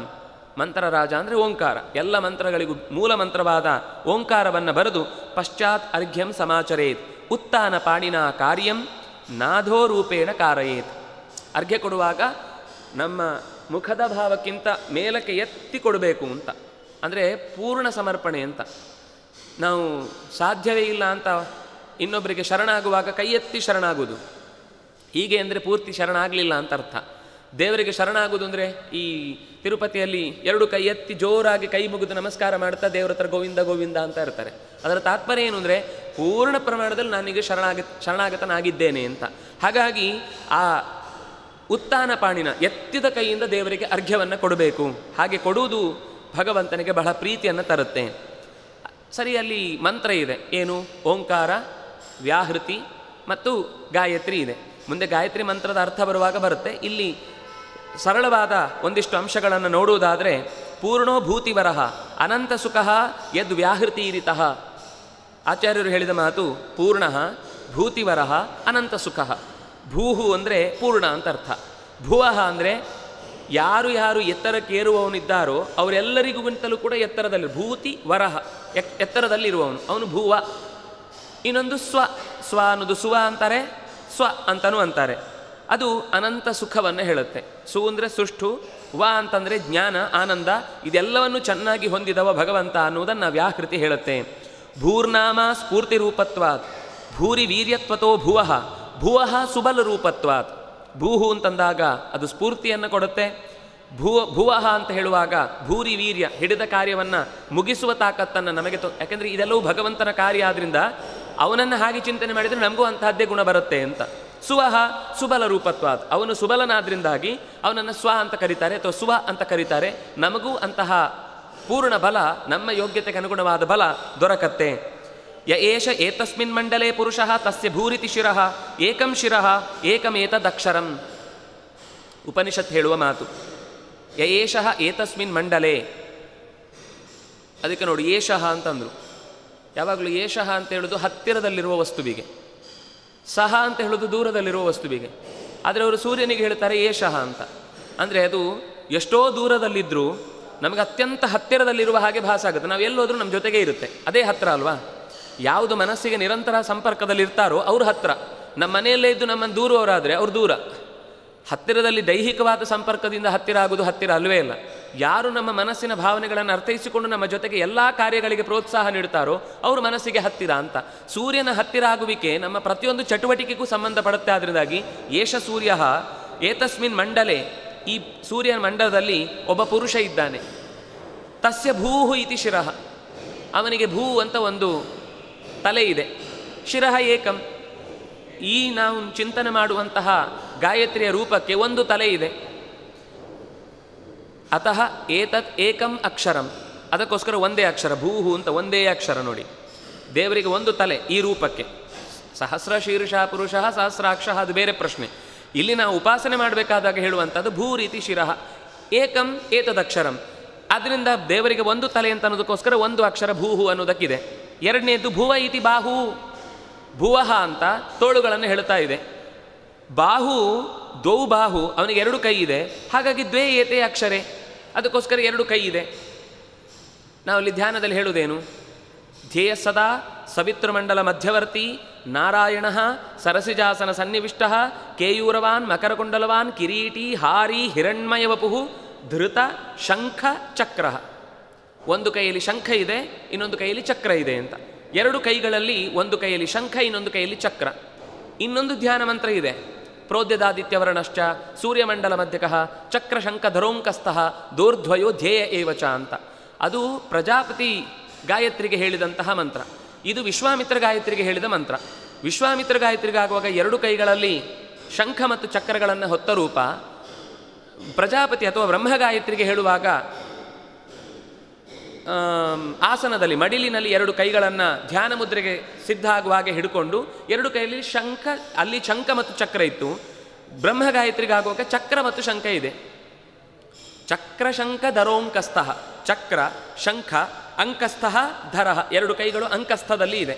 ತೊಡೆಯ ಮೇಲೆ ನಾವು ಕಟಿಗೆ ನಾಭಿಗೆ ಎದುರಾಗಿ ಎರಡು ಕೈಗಳನ್ನು ಹಿಡಿದುಕೊಂಡ ರೂಪವನ್ನು ಪ್ರಜಾಪತಿ ಗಾಯತ್ರಿಗೆ ಚಿಂತನೆ ಮಾಡಲಿಕ್ಕೆ ಹೇಳುವಂಥದ್ದು. ಹೀಗೆ ಅದಕ್ಕೆ ಉಪನಿಷತ್ತೇ ಕೊಟ್ಟ ದಾರಿ. ಮೂಲ ಮಂತ್ರವನ್ನು ನಾವು ಹೇಗೆ ಉಪಾಸನೆ ಮಾಡಬೇಕು ಅಂತ ಅನ್ನೋದಕ್ಕೋಸ್ಕರ ಹೇಳಿದ್ದು. ಅದಾದ ನಂತರ ಅಸುವರಿತಿ ಪ್ರತಿಷ್ಠಾ, ಸುವಹ ಅಂದರೆ ಭಗವಂತನ ಪಾದ, ದ್ವೇ ಪ್ರತಿಷ್ಠೆ, ಎರಡು ಪ್ರತಿಷ್ಠಾ ಅಂದರೆ ಎರಡು ಪಾದಗಳಿವೆ, ದ್ವೇ ಏತೆ ಅಕ್ಷರೇ, ಹಾಗಾಗಿ ಎರಡೇ ಅಕ್ಷರವನ್ನು ಇಲ್ಲಿ ಹೇಳಿದ್ದು. ಈ ಭಗವಂತನ ಧ್ಯಾನದ ರೂಪಕ್ಕೆ ಎರಡು ಕೈ ಇದೆ ಆದ್ರಿಂದಾಗಿ ಭುವಃ ಅಂದರು, ಎರಡು ಕಾಲು ಇದೆ ಆದ್ರಿಂದಾಗಿ ಸುವಹ ಅಂದರು ಅಂತ ಇಷ್ಟು ಹೇಳಿ ಬೃಹದಾರಣ್ಯಕದ ಭಾಷ್ಯದಲ್ಲೂ ಮತ್ತು ಅದರ ಬಗ್ಗೆ ವಿವರಣೆ ಇದೆ. ಛಂದಸ್ಸಿನ ಮುಖ್ಯ ವಿಶೇಷತೆಯನ್ನು ಹೇಳುವ ಚಾಂದೋಗ್ಯದಲ್ಲೂ ಕೂಡ ಭೂರಿತಿ ಋಭ್ಯ ಭುವ ಇತಿ ಯಜುರ್ಭ್ಯ ಸ್ವರಿತಿ ಸಾಮಭ್ಯ. ಯಾಕೆಂದರೆ ಓಂಕಾರ ಒಡೆದು ಮೂರಾಯಿತು, ಭೂಹು ಭುವಃ ಸ್ವಹ. ಈ ಭೂಹು ಭುವಃ ಸ್ವಹ ಒಡೆದು ತತ್ಸವಿತೃವರೇಣಿಯಂ ಭರ್ಗೋದೇವಸ್ಯ ಧೀಮಹಿ ಧಿಯೋ ಯೋನ ಪ್ರಚೋದಯ ಆಯಿತು. ಇದೇ ಮೂರು ಮತ್ತೆ ಒಡೆದು ಪುರುಷ ಸೂಕ್ತದ 3 ರುಕ್ಕಾಯಿತು. 16 ಮಂತ್ರ ಇದೆ, ಮೊದಲು 5, ನಂತರ 5, ಕೊನೆಗೆ 6. ಯಜುರ್ವೇದದಲ್ಲಿ 18 ಇದೆ, ಋಗ್ವೇದದಲ್ಲಿ 16 ಇದೆ. ಅಂದರೆ ಋಗ್ವೇದಕ್ಕೆ ತಗೊಂಡಾಗ ಅಲ್ಲಿ 6, ಯಜುರ್ವೇದಕ್ಕೆ ತಗೊಂಡಾಗ 6, 6, 6 ಆಗುತ್ತೆ. ಋಗ್ವೇದಕ್ಕಾಗುವಾಗ 5, 5, 6 ಆಗುತ್ತೆ. ಈ ಒಂದೊಂದು ಋಕ್ನ ಅನುವಾಕ ಅಂದರೆ ಪ್ರವರ್ಗದಿಂದ ಮತ್ತೆ ಸಮಗ್ರ ವೇದ ಅಂದರೆ ಸಮಗ್ರ ಋಗ್ವೇದ, ಯಜುರ್ವೇದ, ಸಾಮವೇದ, ಹೀಗೆ ಸಮಗ್ರ ವೇದ ಹುಟ್ಟಿದ್ದಕ್ಕೆ ಮೂಲ ಬೀಜ ಓಂಕಾರ. ಅಕಾರ ಉಕಾರ ಮಕಾರ, ಅಲ್ಲಿಂದ ವ್ಯಾಹೃತಿ, ಅಲ್ಲಿಂದ ಗಾಯತ್ರಿ, ಅಲ್ಲಿಂದ ಪುರುಷ ಸೂಕ್ತ, ಅಲ್ಲಿಂದ ಸಮಗ್ರ ವೇದ ಅನ್ನೋದು ಈ ಚಿಂತನೆಯನ್ನು ಇಟ್ಟುಕೊಂಡೇ ಗಾಯತ್ರಿಯನ್ನು ಅದಷ್ಟೂ ಒಟ್ಟಿಗಿರಲಿ ಅಂತ ಮತ್ತೆ ಓಂಕಾರ, ವ್ಯಾಹೃತಿ ಮತ್ತು ಗಾಯತ್ರಿಯನ್ನು ಸೇರಿಸಿಕೊಂಡು ಹೇಳಿದ್ದು. ಇದಿಷ್ಟು ಮತ್ತೆ ಮತ್ತೆ ರಿಪೀಟ್ ಆಗುವ ಹಾಗೆ 3 ಭಗವದ್ ರೂಪಗಳನ್ನು, ಭೂಹು ಭುವಃ ಸ್ವಹ ಮತ್ತು ಗಾಯತ್ರಿಯ 3 ರೂಪ, ಓಂಕಾರದಲ್ಲಿ ಸೇರಿದ ಅಕ್ಷರದ 3 ರೂಪ, ಇಷ್ಟನ್ನು ಸೇರಿಸಿ ನಾವು ಅರ್ಘ್ಯದ ಸಂದರ್ಭದಲ್ಲಿ ಅಸ್ತ್ರವನ್ನಾಗಿ ಬಳಸಿಕೊಳ್ಳಬೇಕು ಅಂತ ಹೇಳಿ, ಅಕಾರಂಚ ಪ್ಯುಪಾಕ ಉಕಾರಂಚ ಮಕಾರಂಚ ಪ್ರಜಾಪತಿ ವೇದತ್ರಯಾನ್ ನಿರದುಹತ್ ಭೂರ್ಭುವ ಸ್ವರಿತೀತಿ ಚ. ಈ 3 ಮಂತ್ರಗಳೇ ವ್ಯಾಹೃತಿಗಳಾಗಿ ಸಮಗ್ರ ವೇದತ್ರಯವನ್ನು ಕೂಡ ನಿರದುಹತ್ ಕರೆಯುವ ಹಾಗಾಯಿತು. ಈ ಓಂಕಾರವೆಂಬಂತಹ ಹಸುವಿನಿಂದಲೇ ಸಮಗ್ರ ವೇದವನ್ನು ಕರೆದಂತಾಯಿತು. ಮೂಲಪದ್ಮಶ್ಚ ಭೂರ್ಲೋಕ ವಿಶುದ್ಧಶ್ಚ ಭುವಸ್ತತ ಸುರಲೋಕ ಸಹಸ್ರಾರ ಗಾಯತ್ರಿ ಸ್ಥಾನ ನಿರ್ಣಯ. 3 ರೂಪಗಳಲ್ಲಿ ಲೋಕಗಳನ್ನು ನಾವು ಚಿಂತನೆ ಮಾಡಿಕೊಳ್ಬೇಕಾದದ್ದು. ಮೂಲಾಧಾರದಲ್ಲಿ ಭೂಹು, ವಿಶುದ್ಧಿ ಚಕ್ರದಲ್ಲಿ ಭುವಃ, ನೆತ್ತಿಯ ಸಹಸ್ರಾರ 10 ಅಂಗುಲ ಮೇಲೆ ಅತ್ಯತಿಷ್ಠ ದಶಾಂಗುಲಂ 12 ಅಂಗುಲ ಮೇಲೆ ಭಾಗದಲ್ಲಿ ಸಹಸ್ರಾರದ ಚಿಂತನೆಯಲ್ಲಿ ಸ್ವಹ. ಈ 3 ರೂಪಗಳನ್ನು ಇಟ್ಟುಕೊಂಡು ಭಗವಂತನ ಸ್ಥಾನ ಇದು ಅಂತ ಯೋಚಿಸಿ ಅರ್ಘ್ಯವನ್ನು ಕೊಡುವಂತಹದ್ದನ್ನು ಹೇಳ್ತಾರೆ. 3 ರೂಪಗಳು ಯಾವುದು ಭಗವಂತನದ್ದು? ವರಾಹ, ಸಿಂಹ, ಕಪಿಲಸ್ತೇಷಾಂ ಭೂರಾದಿ ನಾಮಕಾಹ. ಭೂಹು ಅನ್ನೋದಕ್ಕೆ ವರಾಹ, ಭುವಃ ಅನ್ನೋದಕ್ಕೆ ಸಿಂಹ, ಕಪಿಲ ಅನ್ನೋದು ಸ್ವಹ ಅನ್ನೋದಕ್ಕೆ ಸಂಬಂಧಪಟ್ಟ ರೂಪ. ಇದನ್ನು ನೆನಪಿಸಿಕೊಳ್ಬೇಕು. ಎಷ್ಟು ನೆನಪಾಗುತ್ತೋ ಗೊತ್ತಿಲ್ಲ, ಆದರೆ ಕನಿಷ್ಠ ನಾವು ಎಚ್ಚರದಿಂದ ಇದ್ದು ನಮ್ಮ ಕರ್ತವ್ಯವನ್ನು ಪ್ರಾಮಾಣಿಕವಾಗಿ ಮಾಡ್ತಾ ಇದ್ದೇವೆ ಅಂತ ನೆನಪಿಸಿಕೊಂಡು ತಿಳಿದಷ್ಟು ಅರ್ಥ. ಗಾಯತ್ರಿಗೆ ಅರ್ಥ ಏನಿದೆ? ಓಂಕಾರಕ್ಕೇನರ್ಥ? ಆ ಊಮ ಅಂತಿದೆ. ನೆನಪಿಟ್ಕೊಳ್ಬಹುದಾದದನ್ನು ಒಂದನ್ನು ಹೇಳುತ್ತೇನೆ. ಆ ಅಂದರೆ ನಾವು ತಿಳಿದ ಯಾವುದೂ ಅಲ್ಲ. ಊ ಅಂದರೆ ನಾವು ತಿಳಿದ ಎಲ್ಲದಕ್ಕಿಂತ ಎತ್ತರದಲ್ಲಿರುವುದು. ಮಾ ಅಂದರೆ ಹಾಗಾದರೆ ನಾವು ಬಿಟ್ಟುಬಿಡಬೇಕಾ ಅಂದರೆ ಅಲ್ಲ, ತಿಳ್ಕೊಳ್ಬೇಕು. ಏನು ಅಂತ? ನಾವು ತಿಳಿದ ಯಾವುದೂ ಅಲ್ಲ ಅಂತ ತಿಳ್ಕೊಳ್ಬೇಕಾದದ್ದೇ ದೇವರ ಜ್ಞಾನ. ಆ ಅಂದರೆ ತಿಳಿಲಿಕ್ಕಾಗೋದಿಲ್ಲ, ಯಾಕೆಂದರೆ ನಮಗಿಂತ ಬಹಳ ಎತ್ತರ. ಹಾಗಾದರೆ ನಾವು ತಿಳ್ಕೊಳ್ಳೋದು ಬೇಡವಾ ಅಂದರೆ ತಿಳ್ಕೊಳ್ಬೇಕು. ಏನು ಅಂತ? ನಾವು ತಿಳಿದ ಯಾವುದೂ ಇಲ್ಲದಷ್ಟು ಎತ್ತರದಲ್ಲಿರುವವನು ಅನ್ನೋದೇ ಓಂಕಾರದ ಅರ್ಥ. ಭೂರ್ಭುವ ಸ್ವಹ ಅಂದರೆ ಅವನು ಪೂರ್ಣ, ಅವನು ಸುಖವನ್ನು ನೀಡುವವ, ಅವನು ಎಲ್ಲದಕ್ಕಿಂತ ಹೆಚ್ಚು ಬೆಳೆಯುವವ ಅಂತ ದೇವರನ್ನು ಚಿಂತಿಸಬೇಕು. ಕೊನೆಯದ್ದು ವ್ಯಾಹೃತಿ, ಆದಮೇಲೆ ಗಾಯತ್ರಿ. ಗಾಯತ್ರಿ ಅಂತನ್ನುವುದು ಯಹನಃ ಧಿಯಃ ಪ್ರಚೋದಯಾತ್. ಯಾರು ನಮ್ಮ ಬುದ್ಧಿಯನ್ನು ಪ್ರತಿ ಕ್ಷಣ ಕ್ಷಣಕ್ಕೂ ನಿಂತು ಪ್ರೇರೇಪಿಸುತ್ತಾನೋ, ಯಹ ಯಾವ ಭಗವದ್ರೂಪವು ಅಂದರೆ ಅದಕ್ಕೆ ಪುರುಷ ಅಂತ ಶಬ್ದವನ್ನು ಹಾಕಿದ್ದಲ್ಲಿ ಪುಲ್ಲಿಂಗದ ರೂಪವನ್ನು ಹೇಳ್ತಾರೆ. ಆ ರೂಪದಿಂದ ಇರುವ ಭಗವಂತನ ಸೂರ್ಯನಾರಾಯಣ ರೂಪ ಬುದ್ಧಿಯನ್ನು ನಿರಂತರ ಪ್ರೇರಣೆ ಮಾಡ್ತಾ ಇರುತ್ತೆ. ಅದು ತತ್ ಸವಿತುಃ ವರೇಣ್ಯಂ ದೇವಸ್ಯ ಭರ್ಗಃ.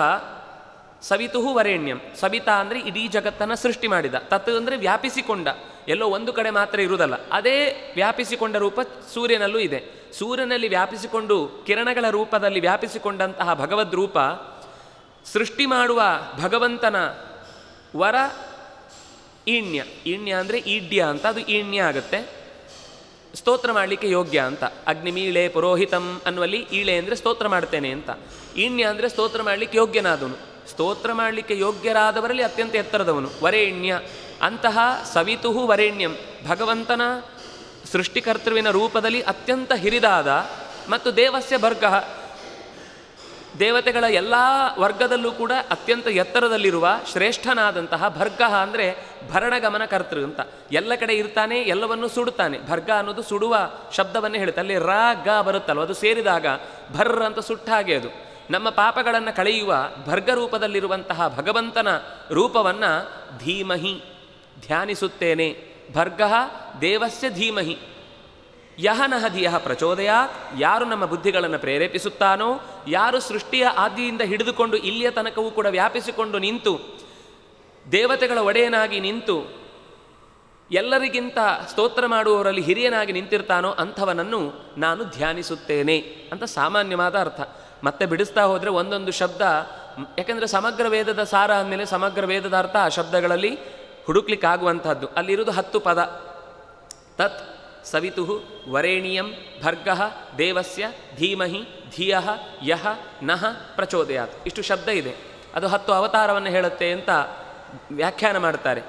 ಇಲ್ಲಿ ಗಾಯತ್ರಿಗೆ ಸಂಬಂಧಪಟ್ಟಂತೆ ಮುಖ್ಯವಾಗಿ ನೆನಪಿಸ್ಕೊಳ್ಬೇಕಾದ 2 ಅಂಶ ಇದೆ. ಅದನ್ನು ನಾನು ಹೇಳಬೇಕು. ಒಂದು ವರೇಣ್ಯಂ ಅಂತ ನಾವು ಓದ್ತೇವೆ, ಅದರಲ್ಲಿ 24 ಅಕ್ಷರ ಇದೆ ಅಂತ ಹೇಳುವುದು. ಗಾಯತ್ರಿ ಅಂದರೆ 24 ಅಕ್ಷರ ಇರಬೇಕು ಅಂತ. ಆದರೆ ನೀವು ಲೆಕ್ಕ ಮಾಡಿದರೆ 24 ಅಕ್ಷರ ಕಾಣುವುದಿಲ್ಲ ಅಲ್ಲಿ. ತತ್ ಸ ವಿ ತುರ್ ವ ರೇ ನ್ಯಂ ಭರ್ ಗೋ ದೇ ವ ಸ್ಯ ಧೀ ಮ ಹಿ ಧಿ ಯೋ ಯೋ ನಃ ಪ್ರ ಚೋ ದ ಯಾತ್. 3 ಆಯಿತು, 23 ಆಯಿತು. 24 ಅಂತ ಹೇಳುವುದು ನೀವು. ಆದರೆ 23 ಇದೆಯಲ್ವಾ ಅಂದರೆ ಎಲ್ಲಿ ನಾವು ವರೇಣ್ಯಂ ಅಂತ ಹೇಳ್ತೇವೋ ಅದನ್ನು ನಾವು ವರೇಣಿಯಂ ಅಂತ ಜಪದ ಸಂದರ್ಭದಲ್ಲಿ ಬರೆಯುವಾಗ ನಾವು ವರೇಣ್ಯಂ ಅಂತಲೇ ಬರೆಯುವುದು. ವಸ್ತುತಃ ತ್ರ್ಯಂಬಕಂ ಯಜಾಮಹೇ ಅಂತ ಬರೀತಾರೆ ಮಂತ್ರ. ಅದು ನಾವು ಹೇಳೋದು ಹೇಗೆ? ತ್ರ್ಯಂಬಕಂ ಯಜಾಮಹೇ. ಅದು ಬಿಡಿಸಿ ಹೇಳಬೇಕು ಅಂತ, ವ್ಯೂಹಾಕ್ಷರ ಅಂತ. ಯಾಕೆ ಹಾಗೆ ಬಂತು ಅನ್ನೋದಕ್ಕೆ ಅದಕ್ಕೊಂದು ರೂಪಗಳ ವಿಶೇಷತೆಯನ್ನು ಹೇಳ್ತಾರೆ.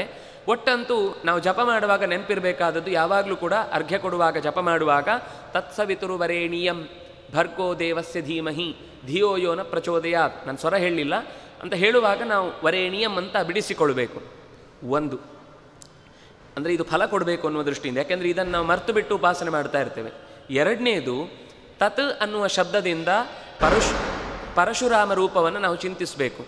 ತತ್ ಅಂದರೆ ಅದು ಬೀಜ ಮಂತ್ರ, ಪರಶುರಾಮ ದೇವರ ಬೀಜ ಮಂತ್ರ. ಪರಶುರಾಮನನ್ನು ಚಿಂತಿಸಿ ನಾವು ಗಾಯತ್ರಿ ಜಪ ಮಾಡಿದರೆ ಅದಕ್ಕೆ ಪೂರ್ಣ ಫಲ ಸಿಗುತ್ತೆ ಅಂತ. ನಾವು ಯಾವ ಸತ್ಯವನ್ನು ಹುಡುಕ್ತಾ ಹೊರಡುತ್ತೇವೋ ಆ ಸತ್ಯದ ದಾರಿಯಲ್ಲಿ ನಮ್ಮನ್ನು ಚೆನ್ನಾಗಿ ದೋಷಗಳನ್ನು ಪರಿಹರಿಸಿ ಮುಂದಕ್ಕೆ ಕರ್ಕೊಂಡು ಹೋಗುತ್ತೆ ಅಂತ. ಹಾಗಾಗಿ ಒಂದು ಪರಶುರಾಮನನ್ನು ಚಿಂತಿಸಿ ಗಾಯತ್ರಿಯನ್ನು ಆರಂಭ ಮಾಡಬೇಕು. ಎರಡನೇದು ವರೆಣ್ಯಂ ಅನ್ನುವಲ್ಲಿ ನ್ಯ ಅಂತ ಅನ್ನೋದನ್ನು ನಿಯಂ ಅಂತ ಬಿಡಿಸಿಕೊಂಡು ಓದಬೇಕು ಅಂತ ಅನ್ನೋದು ಎರಡು ಮಹತ್ವದ ಸಂಗತಿ.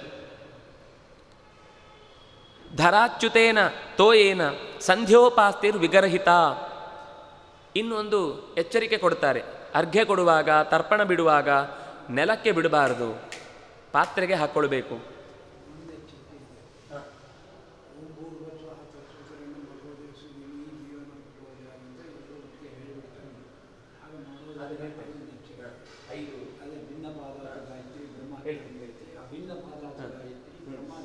ಪಂಚಪಾತಕದಾಯಿನಿ ಪಂಚಪಾತಕನಾಶಿನಿ.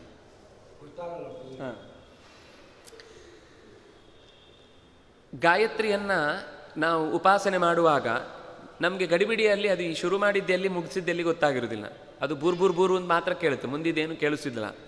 ವಸ್ತುತಃ ಅದನ್ನು ಹೇಳಬೇಕಾದದ್ದು ಪಂಚಾವಸಾನ ಗಾಯತ್ರಿ ಪಂಚಪಾತಕ ನಾಶಿನಿ, ಪಂಚಾವಸಾನ ರಹಿತ ಪಂಚಪಾತಕ ದಾಯಿನಿ ಅಂತ. ಯಾವಾಗ ನಾವು ಓಂ ಭೂರ್ಭುವಸ್ವಃ ತತ್ಸವಿತುರ್ವರೇಣ್ಯಂ ಭರ್ಗೋ ದೇವಸ್ಯ ಧೀಮಹಿ ಧಿಯೋ ಯೋ ನ ಪ್ರಚೋದಯಾತ್, ಇಲ್ಲಿ ಒಂದೊಂದು ಪಾಸ್ ಕೊಟ್ಟು ಹೇಳಬೇಕು. ಯಾವಾಗಲೂ ಜಪ ಮಾಡುವಾಗ ನಾವು ಒಟ್ಟಿಗೆ ಹೇಳಿಬಿಡುತ್ತೇವೆ. ಪಾಸ್ ಕೊಡೋದ್ರ ಉದ್ದೇಶ ಇನ್ನೂ ಒಂದು ಏನು ಯೋಚನೆ ಮಾಡಿದಾಗ ಅರ್ಥ ಮಾಡ್ಕೊಳ್ಳಿಕ್ಕೆ, ನೆನಪು ಮಾಡ್ಕೊಳ್ಳಿಕ್ಕೆ ಒಂದು ಸೆಕೆಂಡ್ ಗ್ಯಾಪ್ ಸಿಗುತ್ತೆ. ನಾವು ಗಡಿಬಿಡಿಯಲ್ಲಿ ಹೇಳಿ ಮುಗಿಸಿದರೆ ಅರ್ಥ ಮಾಡ್ಕೊಳ್ಳಿಕ್ಕೆ ಸಮಯವೇ ಸಿಗೋದಿಲ್ಲ. ನಾವು ಮಂತ್ರ ಹೇಳುವಷ್ಟರಲ್ಲಿ ಆ ಸಮಯವೇ ಯೋಚನೆ ಮಾಡುವ ಜಾಗವೇ ಸಿಗದೆ ಮುಂದೆ ಹೋಗಿಬಿಡುತ್ತೆ. ಅವರು ಹಿಂದಿನವರು ಅದರ ಉದ್ದೇಶವನ್ನೇ ಹೇಳಿದ್ದು ಚಿಂತನೆ ಮಾಡಿಕೊಂಡೇ ಮಂತ್ರಾರ್ಥಪೂರ್ವಕಂ, ಯಾವುದೇ ಕೆಲಸ ಮಾಡುವುದಿದ್ರೂ ಕೂಡ ಮಂತ್ರಾರ್ಥಪೂರ್ವಕವಾಗಿ ಮಾಡಬೇಕು ಅಂತ. ಅದಕ್ಕೋಸ್ಕರ ಪಂಚ ಅವಸಾನ, ಪಂಚ ಪಾಸ್ಗಳನ್ನು ಹತ್ತೇ ಮಾಡೋಣ. ಅರ್ಥ ಮಾಡ್ಕೊಂಡು ಮಾಡಿದರೆ ಸಮಾಧಾನ ಇರುತ್ತೆ. ಆದರೆ ನಾವು ಮಾಡುವುದು 100 ಅಂತ ಹೇಳ್ಕೊಳ್ತೇವೆ, ಅಲ್ಲಿ ಅವಸಾನವನ್ನೇ ಕೊಡದೆ ನಾವು ನಿರಂತರ ಮಾಡಿದ್ರು 100 ಮಾಡಿದ ಸಮಯದಲ್ಲಿ 10 ಮಾಡಿದರೆ ಅದಕ್ಕಿಂತ ಹೆಚ್ಚು ಫಲ ಸಿಗ್ತಿತ್ತು. ನಮ್ಮ ಗಡಿಬಿಡಿಯಲ್ಲಿ ಸಂಖ್ಯೆ ಮಾತ್ರ ಜಾಸ್ತಿ ಆಗುವುದನ್ನು ಯೋಚಿಸುವುದಲ್ಲ, ಎಷ್ಟು ಕಡಿಮೆಯಲ್ಲಿ ಮಾಡಿದರೂ ಕೂಡ, ಕಡಿಮೆ ಮಾಡಬೇಕು ಅಂತ ತಾತ್ಪರ್ಯ ಅಲ್ಲ, ನಾವು ಮಾಡುವ ಸಮಯದಲ್ಲಿ ಕಡಿಮೆ ಆಗುವಾಗ ಕನಿಷ್ಠ ಇಷ್ಟನ್ನಾದರೂ ಎಚ್ಚರಿಕೆ ವಹಿಸಬೇಕು ಅಂತಷ್ಟೇ. ಅಷ್ಟು ಕಡಿಮೆ ಸಂದರ್ಭದಲ್ಲಿ ಮಾಡುವಾಗಲೂ ನಿಲ್ಲಿಸಿ ಹೇಳುವಂಥದ್ದು ಅರ್ಥದ ಚಿಂತನೆಯ ದೃಷ್ಟಿಯಿಂದ ಬಹಳ ಮುಖ್ಯ ಅಂತ. ಇದರ ನಂತರ ಅರ್ಘ್ಯವನ್ನು ಕೊಡುವಾಗ ನೆಲಕ್ಕೆ ಬೀಳುವ ಹಾಗೆ ಅರ್ಘ್ಯವನ್ನು ಕೊಡಬಾರ್ದು, ಪಾತ್ರೆಯಲ್ಲೇ ಹಾಕಬೇಕು. ನಮಗೆ ಕೆಲವೊಂದು ಸುಧಾರಣೆಯ ದೃಷ್ಟಿಯಿಂದ ಅನುಕೂಲ ಸಿಂಧು ಅಂತ ಎಲ್ಲೋ ನೆಲದಲ್ಲಿ ಹಾಕಿ ಅಥವಾ ಬಟ್ಟೆಯಲ್ಲಿ ಹಾಕಿ ನಾವು ಅಲ್ಲಲ್ಲೇ ಏನೇನೋ ಕೆಲಸಗಳನ್ನು ಮಾಡಿಕೊಳ್ತೇವೆ. ಆದಷ್ಟು ಪಾತ್ರೆಗಳನ್ನು ಉಪಯೋಗಿಸಬೇಕು, ಯಾಕೆಂದರೆ ಅದನ್ನು ನಾವು ತೆಗೆದುಕೊಂಡು ಹೋಗಿ ಕೊಳೆ ಇಲ್ಲದ ಜಾಗದಲ್ಲಿ ಆ ನೀರನ್ನು ಹಾಕಬೇಕು. ಸಾಮಾನ್ಯ ಯಾವುದಾದ್ರೂ ಅಶ್ವತ್ಥ ಇಂತಹ ವೃಕ್ಷದ ಬುಡಕ್ಕೆ ಹಾಕಬಹುದು, ಅಥವಾ ನಾವು ಎಲ್ಲೂ ಗಲೀಜು ಕೊಳೆ ಉಗಿಯುವುದು ಇತ್ಯಾದಿ ಎಲ್ಲಿ ನಡೆಯುವುದಿಲ್ವೋ ಅಂತಹ ಜಾಗಕ್ಕೆ ಹಾಕಿ ಆ ತೀರ್ಥವನ್ನು ನಾವು ಚೆಲ್ಲಬೇಕು ಅಂತ ಹೇಳುವಂಥದ್ದು. ಅದಕ್ಕೋಸ್ಕರ ನೆಲಕ್ಕೆ ಯಾವ ಕಾರಣಕ್ಕೂ ಕೂಡ, ಅಂದರೆ ಜಪ ಮಾಡುವಾಗ ಮಾಡಿದ ಮೇಲೆ ಹೋಗಿ ಕೃಷ್ಣಾರ್ಪಣ ಬಿಟ್ಟ ಮೇಲೆ ಅದನ್ನು ಗಿಡದ ಬುಡಕ್ಕೆ ಹಾಕಿದರೆ ಅದು ಗಿಡಕ್ಕೆ ಉಪಯೋಗ ಆಗುತ್ತೆ ಅನ್ನೋದು ಬೇರೆ ಪ್ರಶ್ನೆ. ಇಲ್ಲಿ ಹೇಳಿದೆ 3 ಮಹಾಮಂತ್ರಗಳನ್ನು ನಾವು ಸೇರಿಸಿಕೊಂಡು ಗಾಯತ್ರಿಯ ಮಂತ್ರವನ್ನು ನಾವು ಹೇಳಿದೆವು ಅಂತ. ಉಳಿದ ಮಂತ್ರಗಳು ಯಾವುದು ಅಂತ ಪ್ರಸಂಗದ ವಶದಿಂದ ನೋಡುವುದಾದರೆ, ತಾರಾಷ್ಟವರ್ಣ ದ್ವಿಷಡಕ್ಷರೋನ್ಯ ಷಡಕ್ಷರೋ ವ್ಯಾಹೃತಯ ಕ್ರಮೇಣ ಪಂಚಾದಶಾರ್ಣ ಸವಿತುಶ್ಚ ಪತ್ನಿ ಪುಂಸೂಕ್ತಮಿತ್ಯೇವ ಹಿ ಮೂಲಮಂತ್ರಾ. 8 ಮಹಾಮಂತ್ರಗಳು, ಒಂದು ಓಂಕಾರ, ಇನ್ನೊಂದು ವ್ಯಾಹೃತಿ, ದ್ವಿಷಡ ಅಂದರೆ 12 ಅಕ್ಷರದ ವಾಸುದೇವ ದ್ವಾದಶಾಕ್ಷರ, ಷಡಕ್ಷರ ಅಂದರೆ ವಿಷ್ಣು ಷಡಕ್ಷರ, ಅದು ವಿಷ್ಣವೇ ನಮಃ ವಿಂ ವಿಷ್ಣವೇ ನಮಃ ಅಂತ ಹೇಳ್ತಾರೆ. ಪಂಚಾದಶಾರ್ಣ 5, 10 ಅಂತಂದರೆ 51 ಅಕ್ಷರಗಳ ಅಕ್ಷರಾಭಿಮಾನಿ ಅಜಾದಿ ದೇವತೆಗಳನ್ನು ಚಿಂತಿಸುವಂತಹದ್ದೇನಿದೆ ಅದು ಸವಿತಾ, ಪ್ರಜಾಪತಿ ಗಾಯತ್ರಿ, ಪುಂಸೂಕ್ತ, ಪುರುಷ ಸೂಕ್ತ. ಇಷ್ಟು ಪ್ರಧಾನವಾದ ನಿತ್ಯ ಉಪಾಸನೆಗೆ ಅಂತ ಹೇಳುವ ಮಹಾಮಂತ್ರಗಳು ಅಂತ ಆಚಾರ್ಯರು ಕೂಡ ಇದನ್ನು ನೆನಪಿಸ್ತಾರೆ ತಂತ್ರಸಾರ ಸಂಗ್ರಹದಲ್ಲಿ. ಇದಾದ ಮೇಲೆ ದೇವತೆಗಳಿಗೆ ಅರ್ಘ್ಯವನ್ನು ಕೊಡುವುದನ್ನು ಹೇಳುತ್ತಾರೆ.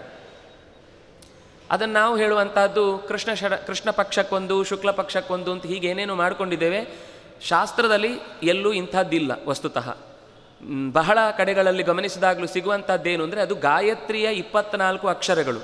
ಕೇಶವಂ ತರ್ಪಯಾಮಿ ನಾರಾಯಣಂ ಮಾಧವ ಗೋವಿಂದ ವಿಷ್ಣು ಮಧುಸೂದನ ತ್ರಿವಿಕ್ರಮ ವಾಮನ ಶ್ರೀಧರ ಋಷಿಕೇಶ ಪದ್ಮನಾಭ ದಾಮೋದರ 12 ಆಯಿತು. ವಾಸುದೇವ ಸಂಕರ್ಷಣ ಪ್ರದ್ಯುಮ್ನ ಅನಿರುದ್ಧ ನಾರಾಯಣ ಪುರುಷೋತ್ತಮ ಅಧೋಕ್ಷರ ನಾರಸಿಂಹ ಜನಾರ್ದನ ಉಪೇಂದ್ರ ಹರಿ, ಇದು ಇನ್ನೂ 12. ಇದೆರಡು 12 ಸೇರಿಸಿದಾಗ 24 ಅಕ್ಷರಗಳ ಮತ್ತು ನಮ್ಮ ದಿನದ 24 ಗಂಟೆಗಳ ಸಂಗತಿಯನ್ನು ಪೂರೈಸುವಂತಹದ್ದು ಅಂತನ್ನುವ ದೃಷ್ಟಿಯಿಂದ ನಿತ್ಯವೂ 24 ನಾಮವನ್ನು ಹೇಳಿ, ಅದು ಹೇಳುವ ನಿಜವಾದ ಕ್ರಮ ಹೇಗೆ ಅಂದರೆ ಓಂ ಕೇಶವಾಯ ನಮಃ ಕೇಶವಂ ತರ್ಪಯಾಮಿ, ಓಂ ನಾರಾಯಣಾಯ ನಮಃ ನಾರಾಯಣಂ ತರ್ಪಯಾಮಿ. ಇದಾದ ಮೇಲೆ ಮತ್ತೂ ಹೇಳ್ತಾರೆ 10 ಅವತಾರಗಳ ರೂಪವನ್ನು ನಾವು ಅರ್ಘ್ಯ ಬಿಡಬೇಕು. ಅದಾದಮೇಲೆ ವಿಶ್ವಾದಿ 8 ರೂಪ, 5 ವಾಸುದೇವ ಸಂಕರ್ಷಣ ಪ್ರದ್ಯುಮ್ನ ರೂಪ, ಅದರ ಜೊತೆಗೆ 3 ಬ್ರಹ್ಮಾಂಡ ಸ್ಥಿತ ಪುರುಷಾಯ ನಮಃ, ಜೀವದೇಹಸ್ಥ ಪುರುಷಾಯ ನಮಃ, ಶೂನ್ಯಾಯ ನಮಃ ಅಂತ ಇದು 3 ಚಿಂತನೆ ಮಾಡಬೇಕು ಅಂತ ಒಟ್ಟು 147 ಅರ್ಘ್ಯವನ್ನು ಹೇಳ್ತಾರೆ. ಆದರೆ ಕನಿಷ್ಠ ನಾವು 24 ಅರ್ಘ್ಯವನ್ನಾದರೂ ಕೂಡ ಪ್ರಾಮಾಣಿಕವಾಗಿ ಅದು ನಿತ್ಯದಲ್ಲಿ ಅದು 2 ಪಾಲು ಮಾಡುವುದು ಕೇವಲ ಗೋಪೀಚಂದನ ಧಾರಣೆ ಮಾಡುವುದಕ್ಕೆ ಹಾಗೆ ಹೇಳ್ತಾರೆ. ಶುಕ್ಲ ಪಕ್ಷದಲ್ಲಾಗುವಾಗ ಕೇಶವಾದಿ ನಾಮದಿಂದ, ಕೃಷ್ಣ ಪಕ್ಷದಲ್ಲಾಗುವಾಗ ಸಂಕರ್ಷಣ ವಾಸುದೇವಾದಿ 12 ನಾಮಗಳಿಂದ ಅಂತ. ಆದರೆ ಇಲ್ಲಿ ಹೇಳುವಂತಹದ್ದು 12 12 24 ತರ್ಪಣವನ್ನು ಕೂಡ ನಿತ್ಯದಲ್ಲಿ ಕೊಡಬೇಕು ಅಂತ. ತರ್ಪಣ ಅಂದರೆ ಏನು? ದೇವರಿಗೆ ತೃಪ್ತಿ ಆಗಲಿ ಅಂತ ಸಂತೋಷಪಡಿಸುವುದಕ್ಕೆ ಮಾಡುವಂತಹ ಒಂದು ವಿಧಾನ. ಸುರಾಧಿಕಾನ್ ತರ್ಪಯಿತ್ವ, ಆಚಾರ್ಯರು ಕೂಡ ದೇವತೆಗಳಿಗೂ ಕೂಡ ಅರ್ಘ್ಯ ಕೊಡಬೇಕು ಅಂತ ಹೇಳ್ತಾರೆ. 33 ದೇವತೆಗಳನ್ನು ನೆನಪಿಸಿಕೊಂಡು ಅರ್ಘ್ಯ ಕೊಡಬೇಕು ಅಂತ. ಸಂತರ್ಪೆ ಕೇಶವಾದೀನ್ ಸ್ಥಾನ್ ಆಚಾಮಂತು ಸಮಾಚರೆ ಗ್ರಹಾನ್ ವಾರಾದಿ ದೇವಾಂಶ್ಚ, ಗ್ರಹಗಳಿಗೂ ತರ್ಪಣ ಕೊಡಬೇಕಂತೆ, ವಾರದ ದೇವತೆಗಳಿಗೂ ತರ್ಪಣ ಕೊಡಬೇಕು ಅಂತ ಇಷ್ಟಿದೆ. ಅಂದರೆ ಇಷ್ಟೆಲ್ಲ ಹೇಳಿದರ ಉದ್ದೇಶ ಏನು ಅಂತಂದರೆ ನಮ್ಮ ಎಲ್ಲ ಋಣಗಳನ್ನು ಅವರ ಕೃತಜ್ಞತೆಯನ್ನು ಸಲ್ಲಿಸುವುದಕ್ಕೆ ಇರುವಂತಹ ಒಂದು ವಿಧಾನ ಅಂತ. ಹೀಗೆ ನೀರಿನ ಮೂಲಕ ಅವರನ್ನು ಸಂತೋಷಪಡಿಸುವ ತರ್ಪಣದ ಕಾರ್ಯಕ್ರಮ ಮುಗಿದ ಮೇಲೆ ಸಾಮಾನ್ಯ ಶ್ರೌತಾಚಮನೆಯನ್ನು ನಡೆಸುವಂತಹ ತೌಳವರಲ್ಲಿ ಮಧ್ಯದಲ್ಲೊಂದು ಪ್ರಾರ್ಥನೆ ಇದೆ. ಶುಕ್ಲಾಂಬರಧರಂ ವಿಷ್ಣುಂ ಶಶಿವರ್ಣಂ ಚತುರ್ಭುಜಂ ಪ್ರಸನ್ನವದನಂ ಧ್ಯಾಯೇತ್ ಸರ್ವ ವಿಘ್ನೋಪಶಾಂತಯೇ. ಅದಾದ ಮೇಲೆ ಆಸನ ಶುದ್ಧಿಯನ್ನು ಹೇಳುತ್ತಾರೆ. ಅಂದರೆ ಈ ಪ್ರಾರ್ಥನೆ ಎಲ್ಲ ವಿಘ್ನಗಳನ್ನು ಪರಿಹರಿಸಲಿ ಅಂತ. ಸರ್ವ ವಿಘ್ನೋಪಶಾಂತಯೇ, ಸರ್ವ ವಿಘ್ನ ಪ್ರಶಮನಂ, ಸರ್ವ ಸಿದ್ಧಿಕರಂ ಪರಂ, ಸರ್ವ ಜೀವ ಪ್ರಣೇತಾರಂ ವಂದೇ ವಿಜಯದಂ ಹರಿಂ ಲಕ್ಷ್ಮೀನಾರಾಯಣಂ ವಂದೇ ತದ್ಭಕ್ತ ಪ್ರವರೋಹಿಯ ಶ್ರೀಮದಾನಂದ ತೀರ್ಥಾಖ್ಯೋ ಗುರುಸ್ತಂಚ ನಮಾಮ್ಯಹಂ. ಇದಾದ ಮೇಲೆ ಮತ್ತೆ ಸಮಗ್ರ ವೇದವನ್ನು, ಪುರಾಣವನ್ನು ಎಲ್ಲವನ್ನೂ ಕೂಡ ನಾನು ಚಿಂತಿಸುವುದಕ್ಕೋಸ್ಕರವಾಗಿ ಈ ಗಾಯತ್ರಿಯ ಜಪದ ಪ್ರಾರಂಭ ಮಾಡ್ತೇನೆ ಅಂತ ಹೇಳುವಾಗ ವೇದೇ ರಾಮಾಯಣೇ ಚೈವ ಪುರಾಣೇ ಭಾರತೆ ತಥಾ ಆದಾವಂತೆ ಚ ಮಧ್ಯೆ ಚ ವಿಷ್ಣು ಸರ್ವತ್ರ ಗೀಯತೆ. ಸಮಗ್ರ ವೇದಗಳ ಪುರಾಣಗಳ ಇತಿಹಾಸದ ತಾತ್ಪರ್ಯ ಅದು ಭಗವಂತ. ಇದಾದ ಮೇಲೆ ಗುರುಗಳ ಸಮೂಹವನ್ನು ಮತ್ತೆ ನೆನಪಿಸಿಕೊಳ್ತಾರೆ. ರಮಾಪತಿಂ ಪೂರ್ಣಗುಣಂ ಮುಕುಂದಂ ವ್ಯಾಸಂಚ ವಿಜ್ಞಾನ ಸಹಸ್ರಭಾನುಂ ಪೂರ್ಣ ಪ್ರಬೋಧಂಚ ಸುತತ್ವದೀಪಂ ಕ್ರಮಾತ್ ಗುರೂಂಶ್ಚ ಪ್ರಣಮಾಮಿ ಮೂರ್ಧ್ನ. ತತ್ವಪ್ರದೀಪಾಚಾರ್ಯರನ್ನು ಅಂದರೆ ನಾರಾಯಣ ಪಂಡಿತರು ತಂದೆಯಾದಂತಹ ತ್ರಿವಿಕ್ರಮ ಪಂಡಿತರನ್ನು ನೆನಪಿಸಿಕೊಂಡು ಈ ಗುರುಗಳ ಕ್ರಮದಲ್ಲಿರುವಂತಹ ಎಲ್ಲ ನಮ್ಮ ಗುರುಗಳು ಯಾರ್ಯಾರಿದ್ದಾರೋ ಅವರನ್ನೆಲ್ಲರನ್ನು ನೆನಪಿಸಿಕೊಳ್ಬೇಕು ಅಂತ ದೇವತಾ ಪ್ರಾರ್ಥನೆ ಹೊಂದಿದೆ.